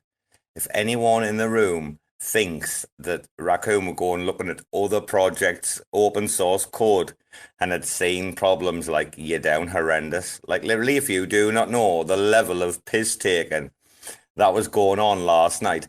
And I was even in the DMs I was in the DMs of Mol before, and I was like, dude, I'm going to ghost this room. I'm just going to fucking... Mol, I'm sorry. I know I get carried away and boss. But I mean, it's a very good discussion to have, like, about like open source code. I feel like, in my opinion, like, if everything, like, if you're to release a code and if you want copies it or use it, yes, he or she has to pay for it. That's it. Like, I don't mind, but like at the end of the day, most of the people that release their code for free, there's an incentive behind it. That's for sure. Like, I'm not gonna do like work for free. Let's say I'm not gonna code for free for some reason. I don't know if you understand what I mean. Like, code is usually open source because, like, when I was doing research a couple of years ago, like, you do a research paper, you release your code, it's open source, but at the end of the day, it's because you want to be recognized for the research you did or stuff like that. So there needs to be an incentive to actually give something for free, because it's never free. It's never really free at the end of the day. If you know what I mean? Well, it's no different to paracetamol or Velcro, really. Code. I mean, it's to be, in my opinion, it's to be guarded at the highest of levels, especially when it is like it's extremely efficient and effective, and is doing things that other code isn't. I mean, that's the big call, isn't it? When your code can do something on chain that other code can't, you have to go, well, I mean, Mol, I'm with you, bro. You know me. I'm all in the closed source, dude. It's fun. I mean, in my opinion, like we could open source, like I would say maybe 75% or 80% of the code, and I would be fine with it, because at the end of the day, it's just part of code speaking with each other. But the only part we don't want to open source is basically like the probabilistic thing, because how it works is like, I can give you an idea, like when people talk about randomness on chain, it's going to be like a sequence of like random numbers. There's going to be big numbers, small numbers, and a bunch of numbers. You have no idea what's going to come out. But what's interesting is like, what do you do with all these numbers to actually make it work with a slot, let's say? So you have to do some transformation. And it's basically this part that we don't want to open source, because at the end of the day, the rest of the code is just, this is speaking with this and you're sending money and that's it. Like at the end of the day, everyone uses basically something very similar, but it's mostly the probabilistic thing that we don't want to open source. Bro, I'm going to bring you wait. We've got a decent audience right now, and I'm going to swing this a little bit. OpenAI have obviously hit like over 1 million. It was a big thing. I mean, you're the expert in the room. Mol, what about this Chat GPT, Playground, and OpenAI? I mean, can we hear your thoughts? Yeah.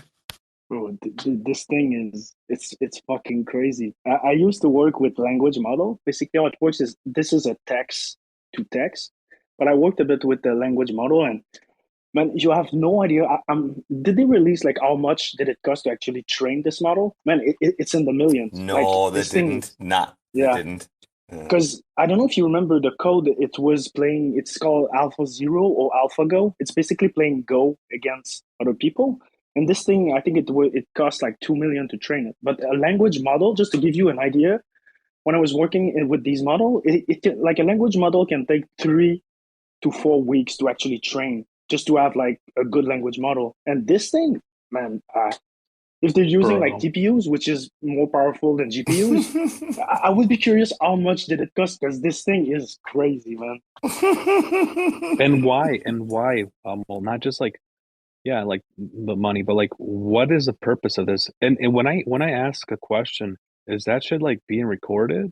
Not recorded, but you know what I mean. Like, are they storing this? Are they storing every question? Of course. No. That helps like teach the model. Is that right, Mol? It learns, right? You can. That's what I was gonna say. There's 2 ways of actually making it happen. So basically, it can track what users are gonna ask.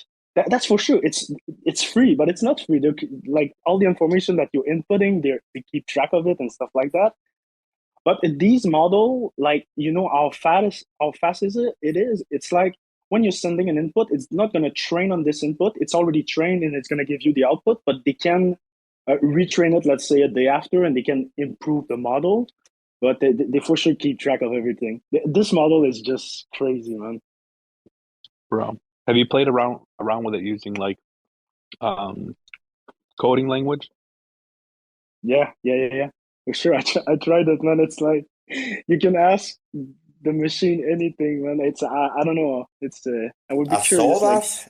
I saw the Python thing, right? There's like a Python section, like, isn't there? Yeah, you can ask anything, like any language, or you can speak in different language yourself, and it's gonna understand it. This thing is Dude, yesterday I wrote like a really like angry, I'm going to have to publish them. I'm going to have to show everyone what I mean. Yesterday though, I wrote like a really angry, aggressive email on purpose. And then, like I said, the AI, just make this more polite, more diplomatic, more professional, more formal. And then, dude, in like 2 seconds, I think less than 2 seconds, it had literally turned my email into something that was like beautiful.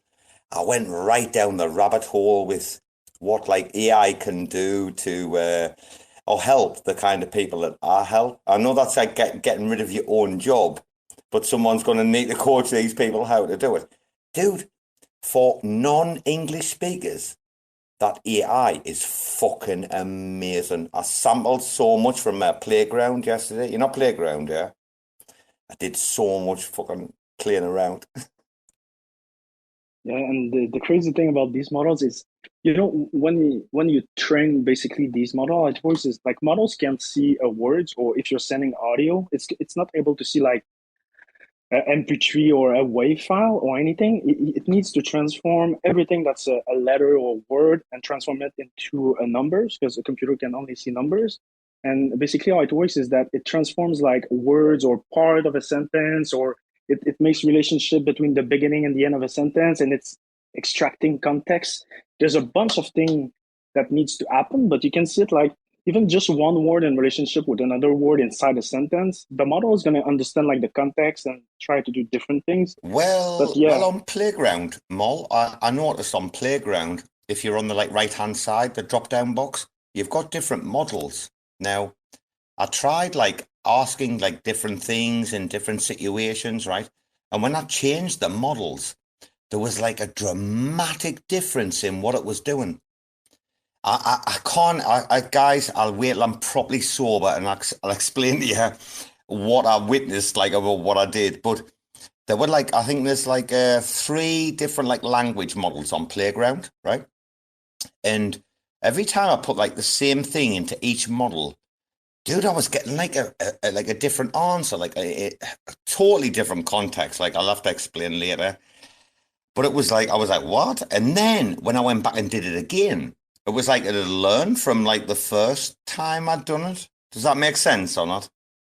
Yeah, literally, it changed. Yeah, it makes sense, because you can see it like we're like, oh, AI is crazy. I send him something, it's gonna send me another thing. But these models all train on stuff. If you're gonna train a model to always say bad things, or it learns from a very specific journal that only say bad thing, and for sure the output's gonna be bad stuff, because it learns from data. If you're sending shitty data, the output's gonna be shitty.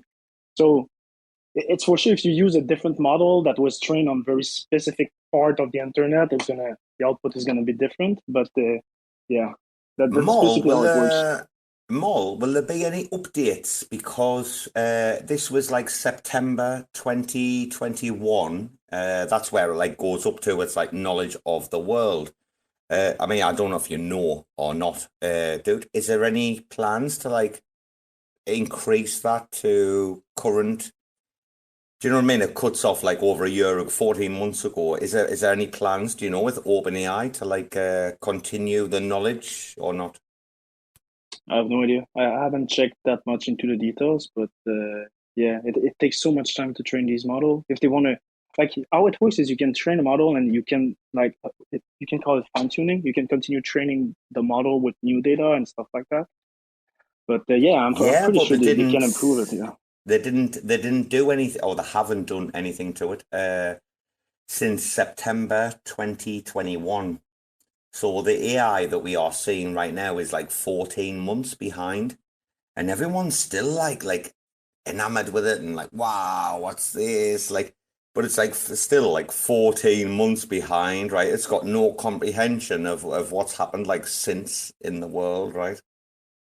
Yeah, exactly. That's a crazy thing, and if you were like to look a bit deeper into these things, like every week there's so many researchers in this field, like every week there's going to be like a new paper and people is going to find new things, and then they're going to start building new models, and this thing goes fast, man. I wouldn't be surprised that they're already working like on a new model and stuff like that. It goes very fast. Yeah. If you wanna know about AI, guys, and simplifying accessibility to AI across the cosmos, right? Racøøn is where it will be in future cycles. Rac, wait a minute, we've got our friend up. He's just jumped up. Sheldon. Hello, Sheldon, you little sexy bastard. Are you there? I love this fella. No. Oh, wait. Hey, how you doing, brother? You okay? I am okay. I have not been spending enough time playing with this stuff, but I have gotten a few multi-sig contracts written for me. They weren't usable as is, but like I've been playing a little bit. I haven't been playing enough of this thing. Sheldon, I did some stuff yesterday with the purchasing director of DAO Asia. And I was like, dude, like we need to look at this. And we did some stuff. And you know something, it wasn't perfect, right? It needed, I'm not going to be able to help roll it out to the employees yet, because, even the enterprise version, because like there are mistakes. Like, it's really weird how it's like almost perfect, but it's not perfect. But in the imperfections, you can see the solutions. Like, does that make sense? Like, I saw things that, you're like, I'll tell you what, I'll give you an example, guys, right? Well, guys, I'll give you a quick example of why the AI isn't perfect, right? Very quickly. Against Rarma got the AI to write a CV, a resume, for a fictional character a couple of days ago. Right, Gaines? You were there. Right. He knows. Right. Right, okay. Right, guys, listen. This resume, from the information that Rarma gave, which was like a paragraph, like four sentences, 5 max, right? The AI wrote this entire beautiful, amazing resume, right?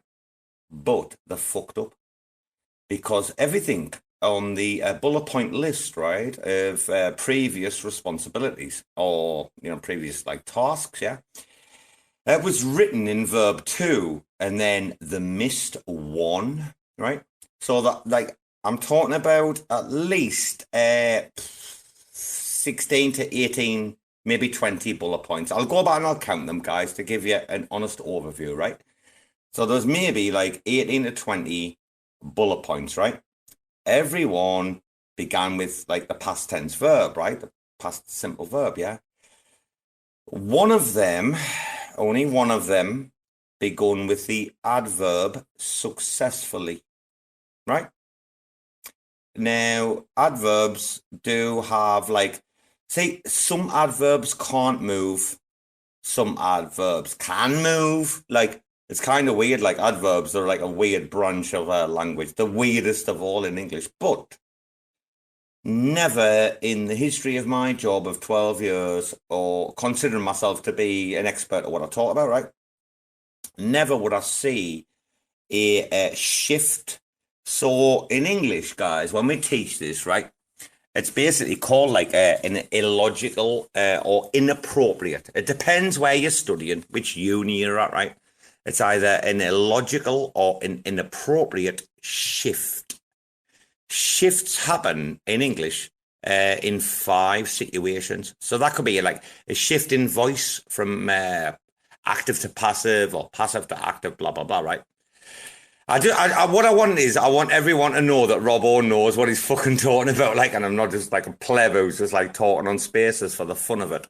I'm trying to explain that out of this like list of things, randomly the AI put an adverb in at the beginning. They put the verb 2 in, the next verb in after. But dude, that's not uniformity.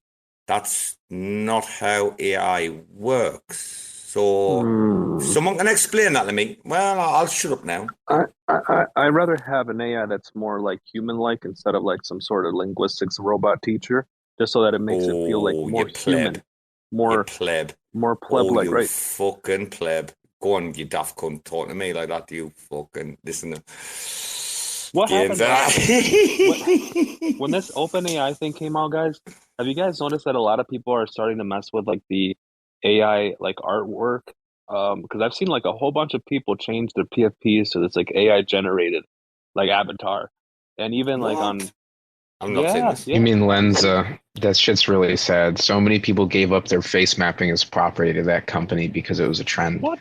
Like, What? yeah, the legal statement says that if you do that thing where you give them your selfie and they turn it into a variety of different pictures, they now own the fucking face map of your face that is in their like modality of drawing a face map. Yeah, like somebody else can make a new face map, so it's not all a loss, but it's shit. Sheldon, I'm so triggered as a twin because my twin brother did it and he posted it all over fucking Instagram, and I was like, "You son of a bitch! You Yo, stole go me." kick his ass right now. Fucking, oh man, I would be livid. Kick his I would be ass. shouting. Yo. I Wait, would be if jumping twins up and fight, down. if twins fight, they have the same strength. They're fighting. I mean, is it going to be like a draw, or do you think one of them can win? I'm just saying. Negative. I'll whoop my brother all day long. Hey, Tank definitely has the advantage because he's upset for the right reasons, so that gives him an adrenaline boost. +5 strength. He wins. +5 strength. Oh, wait a minute, Sheldon. We've got Amanda up on the stage, guys. Wait a minute. Hello, Amanda. Wait. That's your friend, isn't it? Did I help to introduce you down in Miami? Did you make friends? Raccoon friends? Robo, you're a proper connector. And Amanda's cool as fuck. We'll definitely have more time to sync up on like serious details because I need to bug you guys about shit over at Angel. But like, yeah, Amanda's cool. Glad to connect for sure. Thank you, Master Connector. It's a match Definitely. made in heaven, man. It's a match made in heaven. You all are. You know something?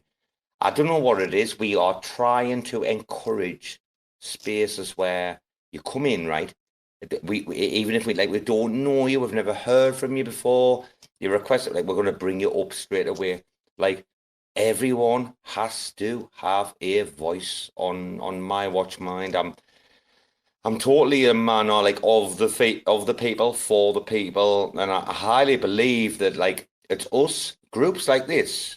Like you might call us like a cell or whatever you want to call us, but what we do is we go to other cells, right? And we connect with them, and then we're grown. Everyone's saying this. You saw like you've seen who drops in these spaces, right? The big names, right? Guys, we're moving in the right direction. We keep going. I'm telling you, in the future, you'll see. And you know what? The people, like genuine people, find each other. Like I'm a firm believer of that. So, like, we found each other, guys, and I'm lucky. Wait, your man, do you know the art of war, water finds its own level. Harvey keeps saying, like, be like water. Water finds its own level. That's as simple as, that's it. We sniff each other out, okay? Is that a raccoon joke? Because that's a great way to end it. I'm just saying. We always find the right trash bin. Sheldon, though, wait, how many core communities, like they're smaller, like micro communities, how many of them are missing like women's voices, right? In like the entire conversation. And we've got some like mad shit going on. We had Sandy up the other night for ages, like going on. Like we've got Bbandz, we've got Jo Banda. So is it Jo Banda or Racmanda? I don't even know what to call her anymore. It's AmanDAO now. AmanDAO. Oh, fucking Amanda. Nice. Oh man. AmanDAO. How do I join the AmanDAO? AmanDAO. Oh my god. Do you know the only thing funnier than right now would be if Rec Gang came in and said hello. I can't believe that. V came in today and V like just didn't even mention anything. Like Gaines, you were there today, this afternoon, like middle of the night American time, when V came in, he's like laughing about the whole crack last night. Yeah, Bbandz and Amanda, your man Gaines DM me today. He said he got a bit scared last night. When Robo went on one, he got a bit scared. That's what he said last night. Ladies, come on, your man's getting fucking shit. Scared?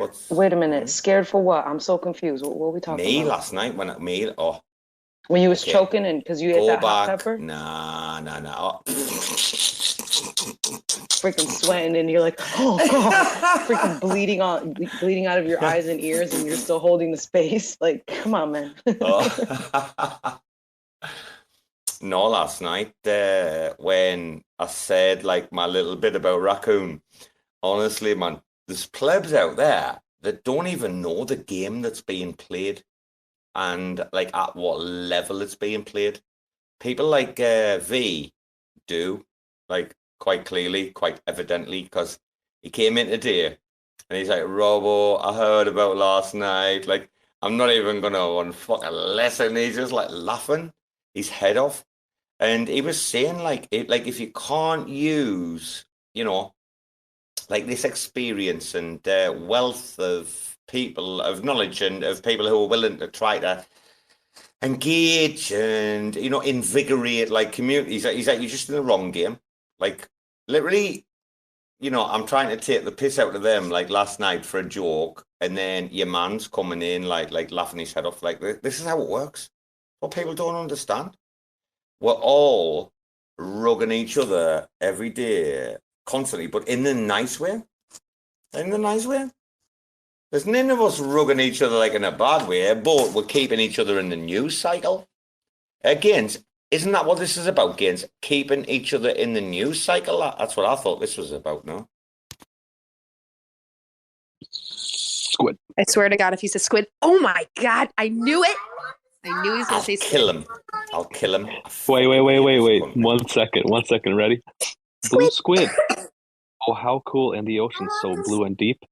You're a gangster. Oh, how wild, with a love for raccoons NFTs. Your tentacles writhe and squirm as you swim through the deep. A true menace of the sea, but with a heart of gold, it seems. Your love for raccoon NFTs is well known amongst the sea. You collect them with great care and show them off with pride. Blue squid, oh how unique, a creature of the ocean wild. You may be a gangster at heart, but your love for raccoons never fades. So here's to you, blue squid, a true original in the sea. May your love for raccoons never die, and may your gangster ways always thrive. Where's the soundboard for applause? I need it right now.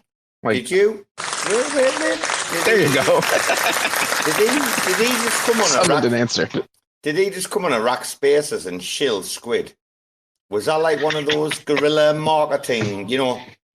Was that a guerrilla marketing? My favorite thing to do is on the Raccoon Empire. AI. It sounded like a partnership proposal. My favorite thing to do is fucking ask the AI to write poems. That's like my new hobby. Right. I'm going to mess this shit right up tomorrow. I'm going to ask the AI to write a poem about the entire cosmos ecosystem. From what I know, you are on notice. Just wait till you fucking see this tomorrow. I'm going to fucking... You've started something now, haven't you, Gaines? It's fucking started it, haven't you? There you go. Aye. Yeah, watch. Anyway, more. Oh, headphones gone. Wait. Fuck. Bro, I recognize your voice now. No, that's the voice I'm used to. Oh my God. Well, remember back like around March when he had like a fucking Wait a minute. headset? Don't lie. Am I back? Yeah. Look at Gaines pissed off he can't take. Hey, can you guys hear Robo? Because I can't hear him. Yeah. Fans don't start. That's not funny. Nobody's playing. Nobody's playing. Listen, when I come and do that, you guys got to play along. Fans, I'm watching your emojis. No, you got me. You got me to log out of spaces the last time, you fucking cunts. I can't believe you got me once with that. Like, you're like, Robo, you there? Are you there? All ya, weren't ya? I fucking remember a bunch of cunts. Almost like that time we almost made Gus delete his Twitter account because he thought it was recording.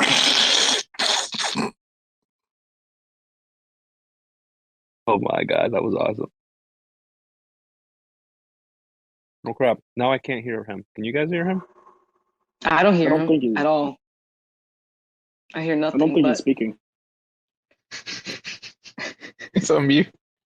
Oh my gosh! Oh, I'm dumb. I'm sorry. He got rugged for real this time. Robo, stop crying. Come back to us. Come back to us. Robo. Robo. He sounded tired. He might be crashing. Oh shit! I guess it is early morning this time, isn't it? What's up, Ghostface? Oh. Robo, come back. You could blame it all on Gaines. He was wrong. Am I still here? Am I still here? As soon as you started singing to him. Aww. Am I here or He what? came to the window. You looked up and you were singing to him and he came to the window. Can you hear me or not? Robo, Am I come there? back. You could blame it all on Gaines. He was wrong. And we can't have a space without you. Come on, everybody. Robo, come back. Ghostface, where am I? Am I in the fucking third realm or something? Can you hear me or not? Am I there or what? I feel like I'm in the ether. You know, the ether. I feel like I'm in the ether. That's where I'm living right now. Am I there? Come on, Sheldon. You're fucking normal. Wait, Sheldon will fucking answer me like normally, like a normal human being. He's not pleb like you cunts. Sheldon, do I sound like a pleb? Am I still there? You sound like the first you that I met with the mic clipping out of control. Yeah, for sure. Ah, fuck, that wasn't Sorry. That wasn't a fucking endorsement, was it? Fuck my life. I'm going to have to log out here. Fuck's sake. No, dude, you sound fine. I swear. Dude. Gains, don't lie. Don't lie. I'm gonna have to jump out the spaces, aren't I? But we're always paranoid that the spaces end. Wait, dude. Dude, Mo, right? He sounds fine, right, dude. Oh, right. The boss. Yeah, it sounds fine.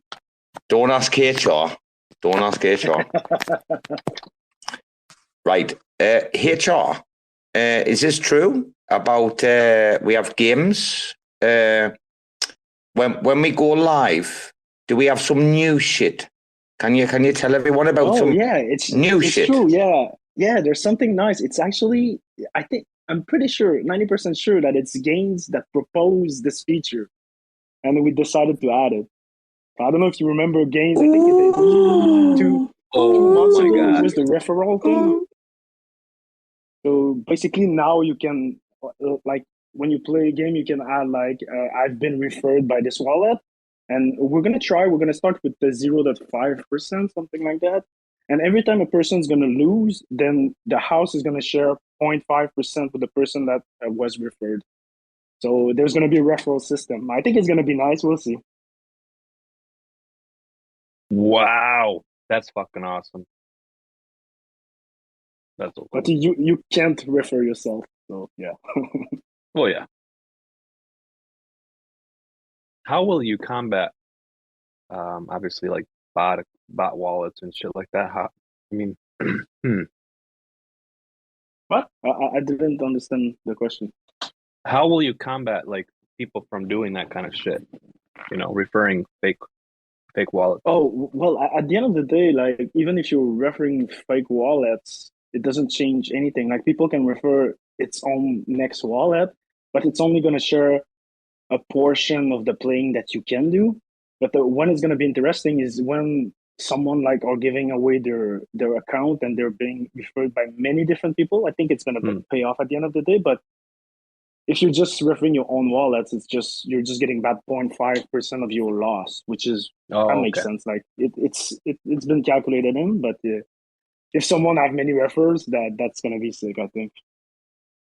Bro, you there, Robo? Did you hear that? It's finishing up the KFC bucket, man. I did, mate. I'm just sorting a few things out. Okay, very quickly, RAC, Mr. Moll. What about the NFT linked game on Huahua. Is that still proceeding as expected? Yeah, I mean, to be honest, I think we got exploited on a Sunday, and we were supposed to release on the Monday. Like everything was ready, but we were like, we cannot release a game if we got like exploited. That would be a bit like weird. So, well, I know, I know. That's why I'm asking, bro. I know.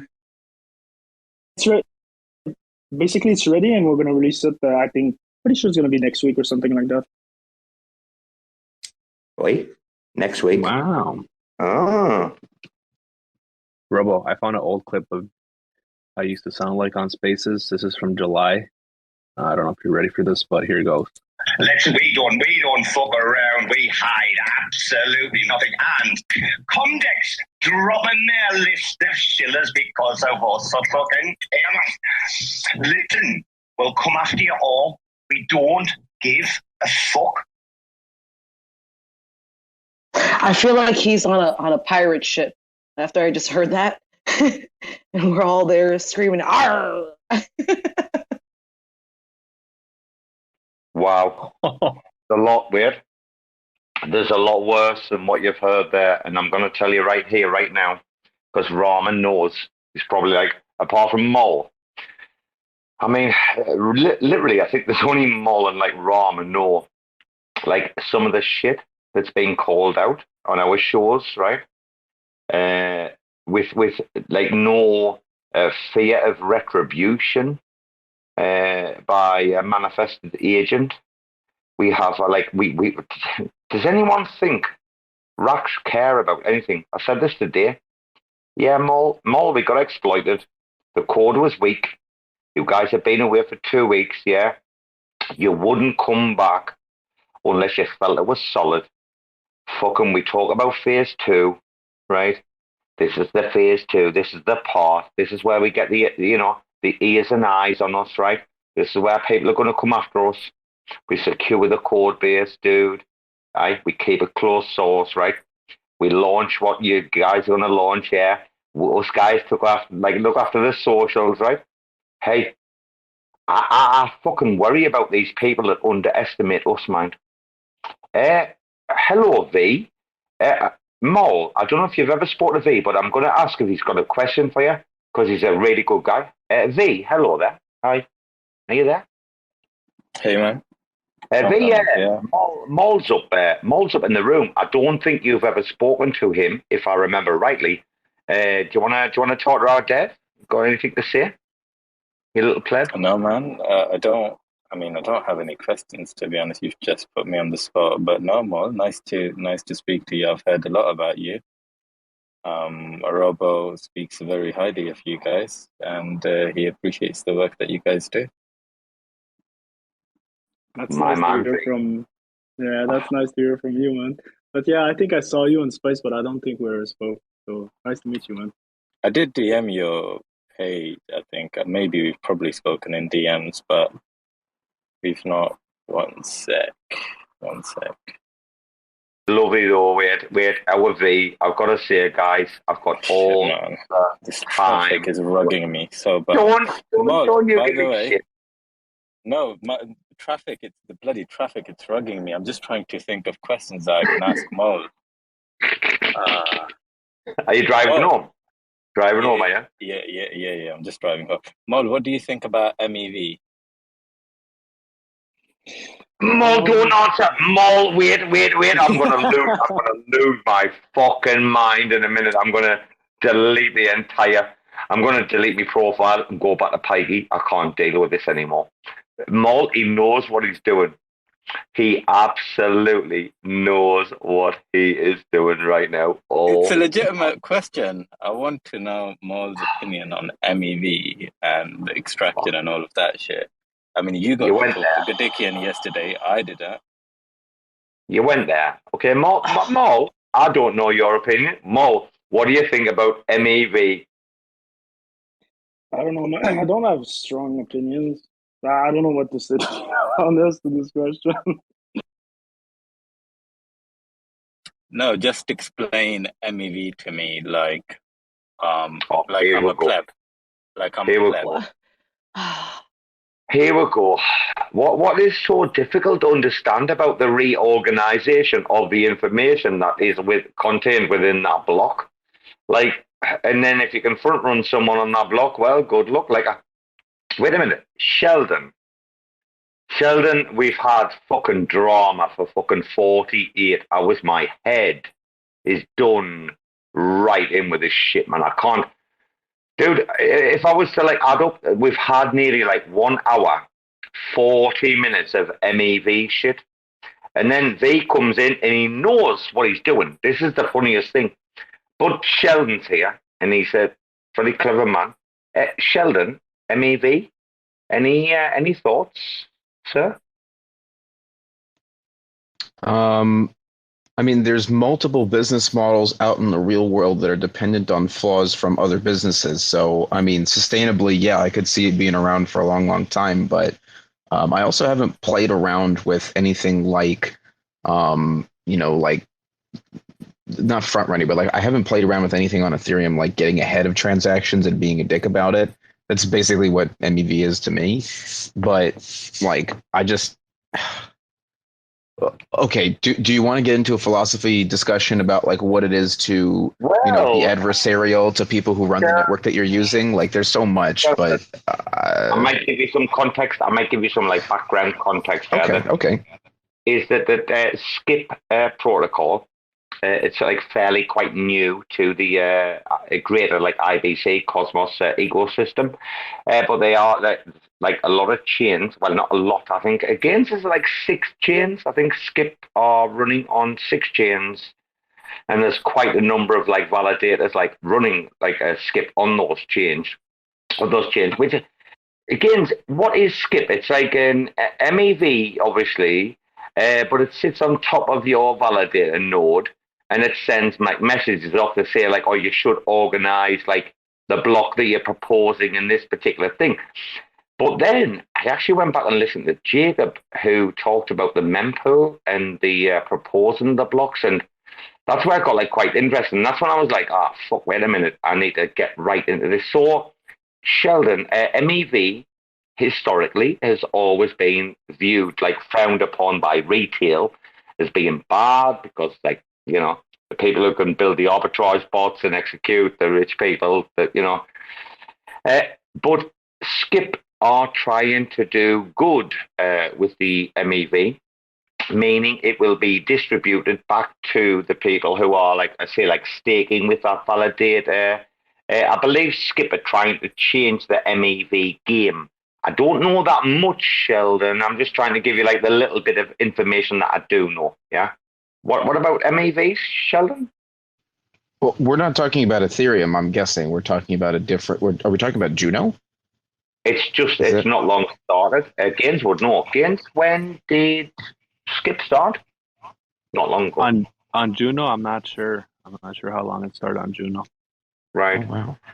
They're trying to do... It's an MEV that's trying to do good, Sheldon. Trying to like give back to the community, but the thing is, at the minute, some validators are keeping 100% of the commission. I comment on that. Oh, who is that? Jimmy the Go Otter. ahead, Jimmy. Go ahead. Appreciate it. Yes, my name is Jimmy the Otter. As for the commissions, hello, do I know you? As for the commissions, no, you don't. And right, Jimmy, I'm gonna set ground rules. Jimmy, wait, I'm gonna set ground rules. Listen. Let everyone speak. Let's not interrupt. I think Sheldon's mic is echoing. There. Yeah, the echo. Sorry, Sheldon, I do apologize. I muted his mic. Jimmy, you are so welcome to the conversation. But dude, we just chill here. We are like rational. Like, please, don't be your like normal self, like be your normal self, yeah, because you're cool as fuck, like we do love you, but just don't like scream over everyone or talk over everyone. Right, I'll tell you what, Jimmy's here. Jimmy, MEV, Skip Protocol, do you want to talk to the room? The floor is yours, brother. About the commissions, Yes. About anything about anything about Skip. Is Skip like anti MEV? Has MEV been shit on like Ethereum for a long time? Well, I think I'm very positive on Akash, for example. Obviously that's a Cosmos chain, but it's going to upgrade its systems so that you can do more than just share GPUs, which again, whoever thought you'd be able to share GPUs at scale, it's going to add a virtual machine so that you can also do Kubernetes containers and use a virtual machine on the Akash network. That's pretty cool. I don't think any other network in Web3 provides that. So decentralized VIMs, essentially, and decentralized containers. Jimmy, listen. I had Jacob yesterday for 1 hour, 10 minutes. Oh, he wasn't talking about that? Wait, Jimmy, it was so different. Jimmy, what's your viewpoint on like miner extractor value? What do you think about what Skip are doing at the moment with the validators to try and like give back, or have funds to like give back? Like, what do you think about Skip specifically? Right. Are you referring to what's in the treasury, or are you referring to how validators keep the commissions but are offering instead in their marketing something else? I mean, is Skip a good thing for IBC or not? I mean, they're on 50-something validators on Juno. Yeah. There's a lot more. I want to know, Jimmy, what do you think about Skip protocol? Is it... Come on. Well, what is there to say? I mean, how long it's even been available? Maybe a year and a half? Mid-July on Juno, I believe. Mid-July, right? So was it now? That's not that long. It's hard to judge. What was it now? 6 months? So it will be quite easy to say, like, okay, I don't know that much about Skip, or I haven't got that much experience. I mean, I'm aware a little bit about it, but it's hard to judge. A lot of us don't know a lot about what's happening with this. It's just like a current topic that comes up. Can't believe we're on this fucking subject again, though. Gains. Hi, Jimmy. It's V's fault. Hi, Jimmy. Oh, is that Timmy? Hello, Timmy, son. Yeah, hi, Jimmy. How are you, Jimmy? Jimmy, my otter. He didn't sound like he had a cold when he was talking, so he might be blowing his nose. Oh, I am not. He's also missing some other solutions in the space. I mean, there's lots of places to get a host. I mean, if you want to rent a host in Web3, there's at least 4 different entities that you can use. Yeah, Akash is not the only one. There's QuickNode. There's quite a few. Oh, are you referring to GPUs? No, I was going to say, like, for literally just a VM that you can do what you want with, bare metal in some cases. I like Threefold. It's pretty cheap. You're paying in the token. It's a BSC token. But yeah, that's true. I was just referring to how they're upgrading their network so that you can do Kubernetes on it too. It's fun. Sure. Cool. Which is important for IoT devices because you need those Vim environments and you need to use those kind of containers for like large scale and edge computing use cases. I did come up just to say hi to Jimmy, but I didn't notice. Does anyone know, is Rarma alive? Did you hear Rarma? Oh, he's been dead. He's been dead. He's been dead. He's dead for like 2 hours. Like, oh, he's out. Timmy, we did like a long stretch yesterday. I think 7 hours, like unrecorded, whatever it was. Like we did like last night. It's becoming, it has got to a stage where, like, if you're free, any of us retards, right? If you're free, you're gonna log on, like when not even if you're free, your job or something, and you're doing your shit, but you put your headphones in, you're like gonna log on to Spaces to see what's going on. It's becoming.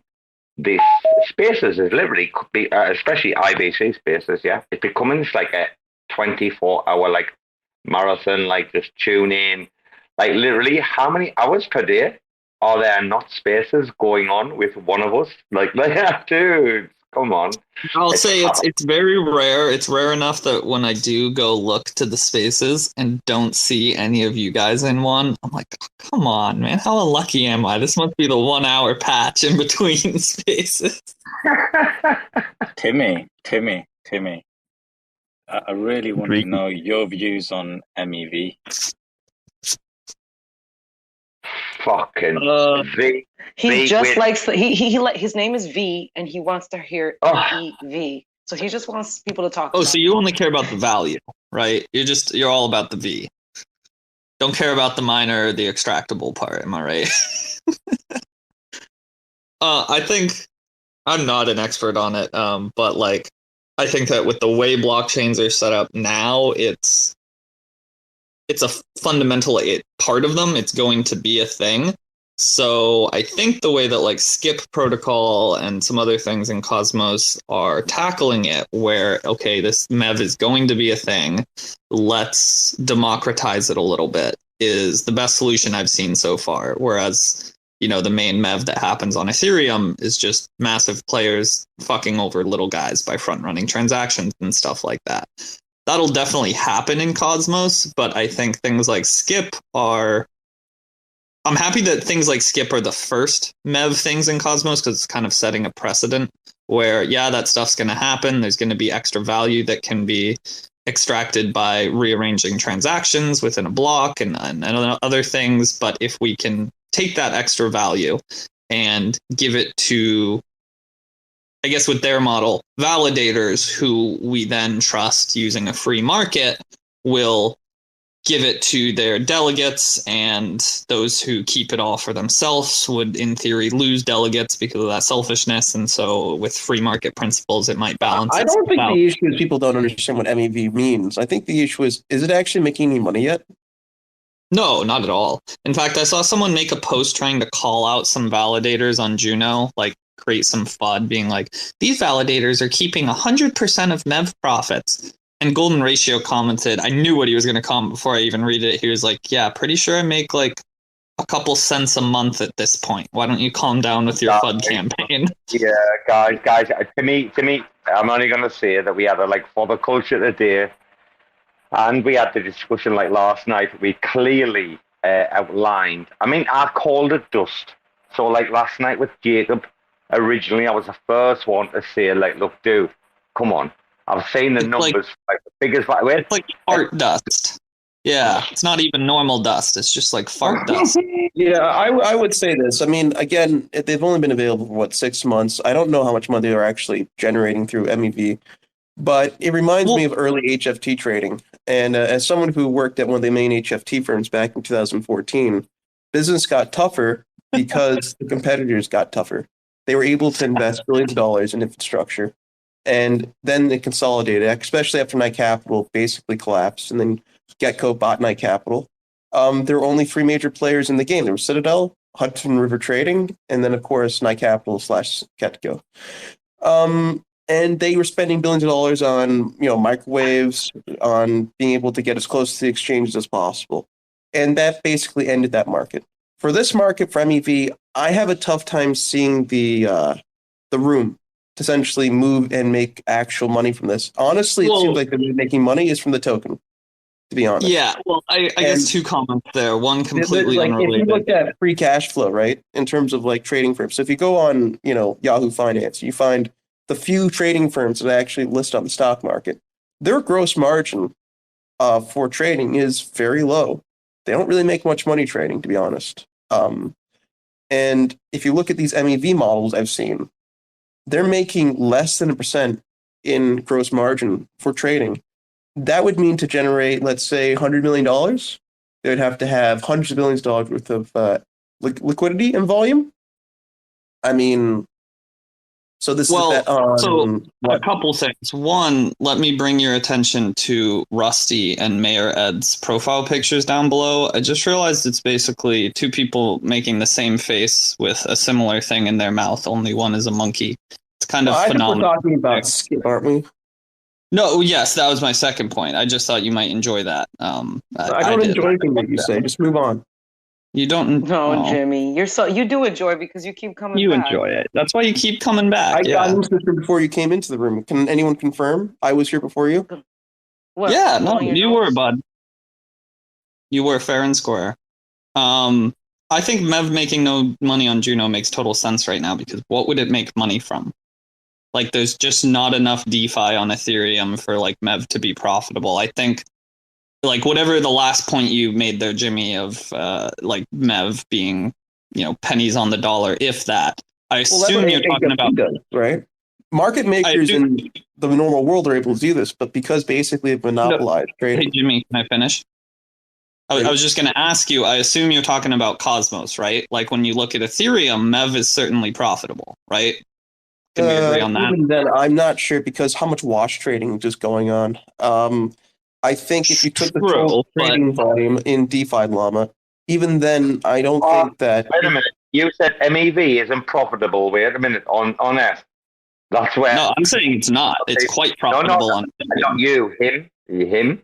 He was like, he said it wasn't profitable. Is that right, Jimmy? Where, on Cosmos? No, on ETH. It might be, but how much profitable? It might. What do you mean? It might be. The fortune. Wow, the fortunes that have been made, Jimmy. But that's what they claimed about the Japan trades with Bitcoin back in the day. I mean, you need a lot of. So what I mean by profitable is this: if you're putting in because they got a $6 million investment, right, for their seed round, which is pretty crazy. So that would mean that they're valued for at least $60 million, correct? So assume they do a Series A. That means a Series A would have to be 60 million at some point. It's usually 10x over the seed round, right? That would mean that their Series A would value them at 600 million. So at some point, this project would have to be worth, several $1 billion for their investors, their original seed investors, to make at least 6x, make at least 10x. For that to be possible, that would mean that they would need to generate at least, I would guess, something like $100 million in revenue on, trading. So if it's 1% gross profit, right, which is possible in Ethereum, correct?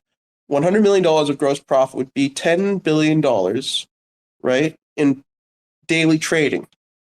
In Ethereum, how much is actually traded on Ethereum per day? Like, not wash trading, but like actual trading on DeFi. What? Sorry, what do you ask? Like, what's the total value of per day? I would not know off the top of my head, especially not if you want to have to be paying from a SAR for they that. Would need to monopolize, not Cosmos, but the Ethereum MEV, essentially for that project to really justify that valuation. That's how I look at it, and I think that's a very fair way of looking at it. Wait, what project? What valuation? Yeah, they got $6 million seed round. Does it have a valuation? Oh, I guess they're funding. They don't have like a token though. But but that's the traditional way. Yeah, is $4 million worth what they can bring to the table in terms of like MEV revenue generated? Yeah, I don't know. I think long term it's very possible. I mean, like MEV, as far as I understand it, and I don't claim to be an expert on MEV, its profitability grows exponentially with the growth of DeFi on any given chain. So as more and more different platforms, lending protocols, DEXs, wouldn't it get more competitive too? What? Say again? Wouldn't it get more competitive as well? Yeah, in that, but like, I think the difference between it depends on what conversation you're trying to have, Jimmy. About I'm having like a very basic conversation about valuation and profitability. If you assume a 1% gross margin, which is a very good gross margin for something like this, right? Yeah, to maintain that valuation, I think that's very hard. And furthermore, if it's fully scalable, like you say, I guarantee there's going to be 10 more participants in the market, because the reason why it worked in traditional markets. The reason why it works in traditional markets. I personally think most evaluations in crypto are horseshit. I think Skip's evaluation at 4 mil or whatever is horseshit. No. That's not their valuation. That's not their valuation. The valuation is, you get what I'm saying. The valuation is $6 million for $60 million. That was their valuation. So they got $10 million. Cool. They got a $6 million seed round, and that values them at $60 million. But the reason why it worked in traditional markets is because Citadel essentially monopolized it. Right? They were able to pass data through order flow back in the day, and they bought up their rivals. Jimmy, whoa. Jimmy, you changed. Wait, Jimmy, I'm not being funny with you, bro. Like, you changed the like subject and you didn't give like Timmy. No, I'm just explaining why that would work in the traditional markets. You completely went off there. Like, Timmy, what were you saying? Do you Timmy, work for Citadel or something? I can't say something bad about Citadel. Jimmy, I'm telling Jimmy, you. I think we'd all agree Citadel's bad. Don't worry, we're in agreement. All I was going to clarify is when I said, Jimmy, all I was going to clarify, if you're just giving me 5 seconds, is when I said that MEV revenue increases exponentially with DeFi adoption on a chain, I did not mean for Skip. I meant as a whole. I totally agree there will be other competitors that will all take a chunk of that revenue, and that is one reason I probably agree that. Now I have seen new projects get acquired, so that's a relatively new thing. I'm quite surprised that this is going on now, but for example, Polygon Labs has acquired a few projects where the tech was useful, so I could see them being acquired. However, for them to be acquired for this amount to justify their earlier valuation, I would. They would probably have to be acquired for about $100 million. Now, if DeFi does do well, it would be easy for another company to turnkey them and basically to acquire them for $100 million. And of course, if they have more capital to deploy, then they take that tech and they deploy billions of dollars, and they have basically, they start trying to monopolize that market. For all you know, that would be possible. That is the only way I see this to be possible. So if you do own the token when it airdrops at some point, if you're buying it at a price between the market cap of $10 to $30 million, your maximum upside is, maybe 5x. That would be like if that was someone was gonna ask me investment advice, that would be my prediction. Jimmy, quick question. Oh, wait, Robo. Yeah, go on. Just because I have to dip, let me jump in. I have an investor call in 5 minutes, so I got ahead, but it's been fun. I'll probably be back in after. And Jimmy, you should go back to the old Otter. I like the other one more. It was a little cuter. This one's still pretty good, but just a shout out. All right, I'll probably hop back in later, gang. That man isn't funny. Wait a minute. Jimmy, are you still there? Yeah? Jimmy's still here? Okay. Jimmy, do you not think that you are sometimes, and I don't mean this in a derogatory way, like please don't think I'm being like derogatory. Do you not think that sometimes you are a little bit like downstream of culture? Well, dude, I'm quite similar to you. But I realized like where it really happens, and the fact that you can't change like the kind of things that you talk about or pioneer, right? Unless you're like a little bit upstream from that and actively engaged in the culture. Jimmy, you know what I mean?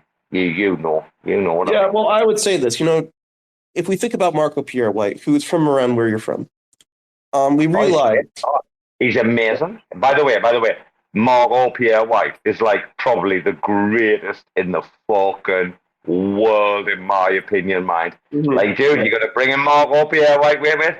Like, dude, I hope you've got a good story, because this is my man, mind. Mm-hmm. I hope you're ready, mind. I've seen him fishing in the river.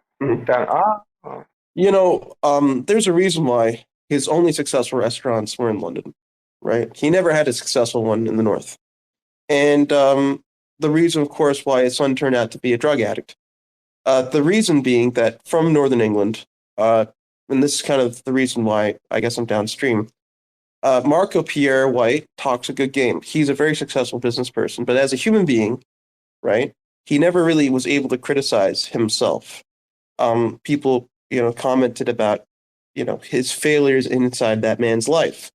And he has come out recently as essentially a influencer of some kind, especially with those little packets of additives that he sells in Australia. But again, look at him, the person, a former drug addict, former alcoholic, twice divorced, and of course, drug addicts for sons. So we compare that to Gordon Ramsay. Gordon Ramsay's children are lovely from what I can see. Very successful children. Some of them are chefs. Now, you can see them, doing their own business and interesting careers. But he's a very abrasive character, far more abrasive than Marco Pierre White ever was. And I think that I've never seen someone yell at Marco Pierre White on a camera, but I've certainly seen that with Gordon Ramsay.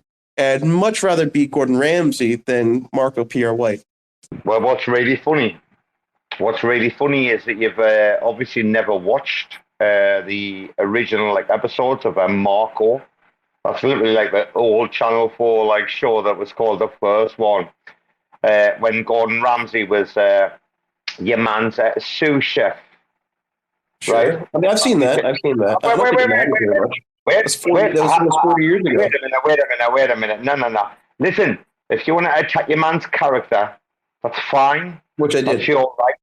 I know you did. Yeah, that's fine. That's your right? But what I'm saying is, just make sure that, you add, everything else in there. You're, talking about Gordon Ramsay shouting at people, but you've never heard Marco Pierre White shouting at people. Literally, when he ran his kitchen, when Gordon was a sous chef back in the days, if you go back and you'll probably find on YouTube, you don't know because you dude, you obviously don't. No, dude, I'm not going to lie to you because I do know what I'm talking about. And you mentioned something, and I'm what's he fucking talking about here? You've never seen Gordon Ramsay working under Marco Pierre White. I know you haven't. I know you have not watched the documentary Marco, right? And seen him talk about it. Dude, you want to be careful when you come into spaces, man. Who's in here? But the thing is, even though I'm going to call you bullshit, I do agree with you. To a certain degree about your point that you try to get at eventually. Anyway, for fuck's sake, man, Jimmy. Oh, man, we bring you in. I answered your question. Wait, Jimmy, whoa, wait, Jimmy, listen. People bring you in spaces because they know you are knowledgeable, right? That's a simple fact of life, right? Jimmy is knowledgeable. He knows a lot of... He knows a little about a lot, is what I'll say about Jimmy, right? And, dude, I mean, if you didn't want Jimmy to come in your spaces and have a contribution, then you're pretty much a bit of a pleb, right? But, Jimmy, you try everyone's patience, to the max. Dude, please, for the love of God, for the love of Mary. Dude, I'll say fucking 12 Hail Marys for your soul tomorrow.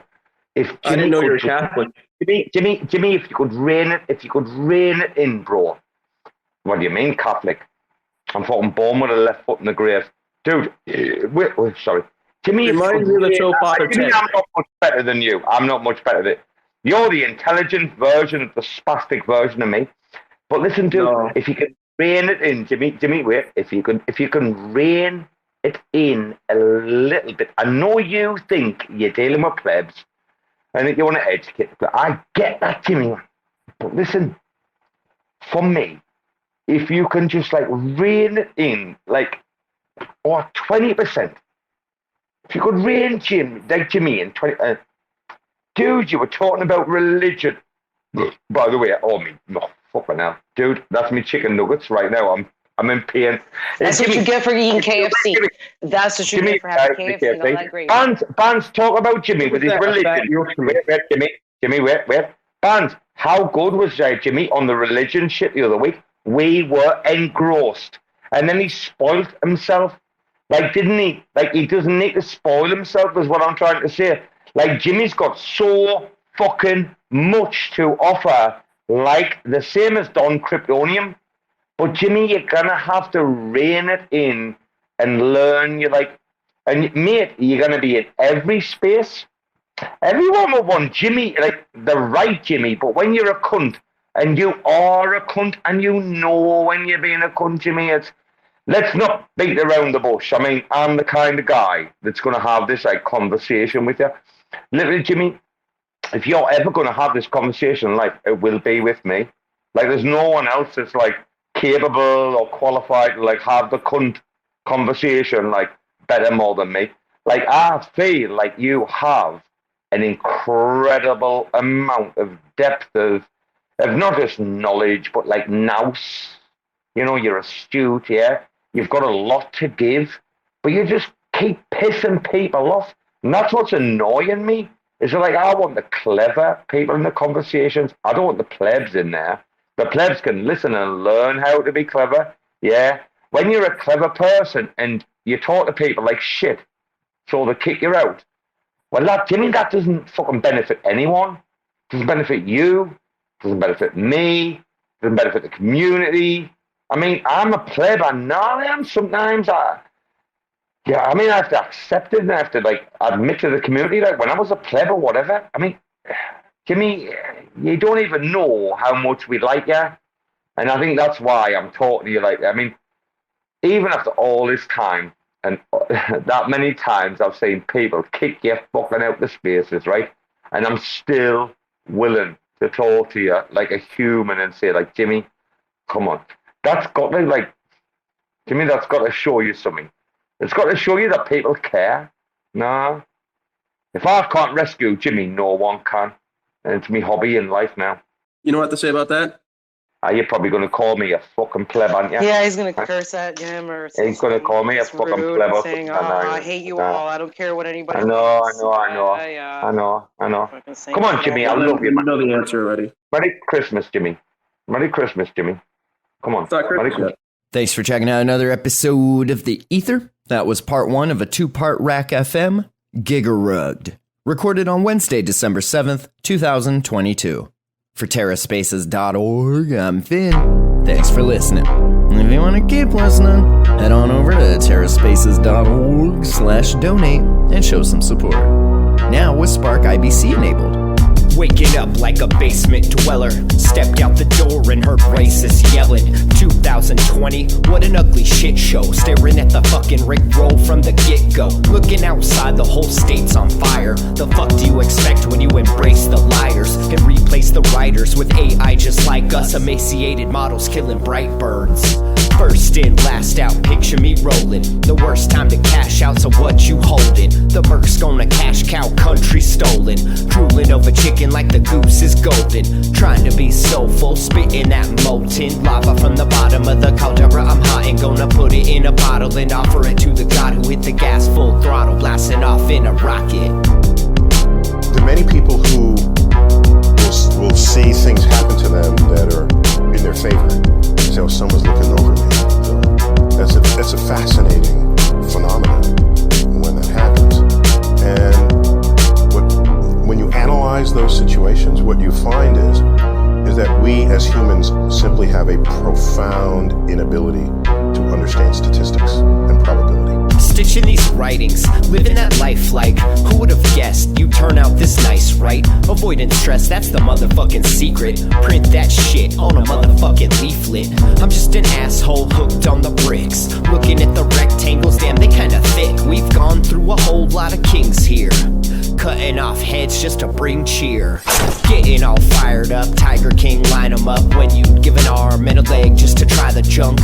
On some first time buyer's luck. Alexa, set a reminder and remind me to buy a bunch. And put your hands up if you fuck this year. And keep them in the air if you're picking up the spare. And put your mask on just to go outside. Looking at the planet about to downsize. So climate change will not make Earth uninhabitable. Climate change make Earth a living hell.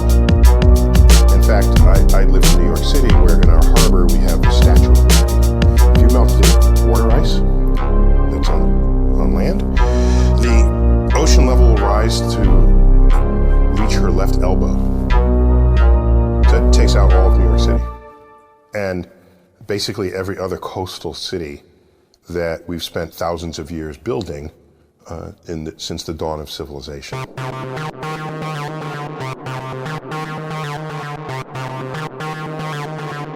TerraSpaces.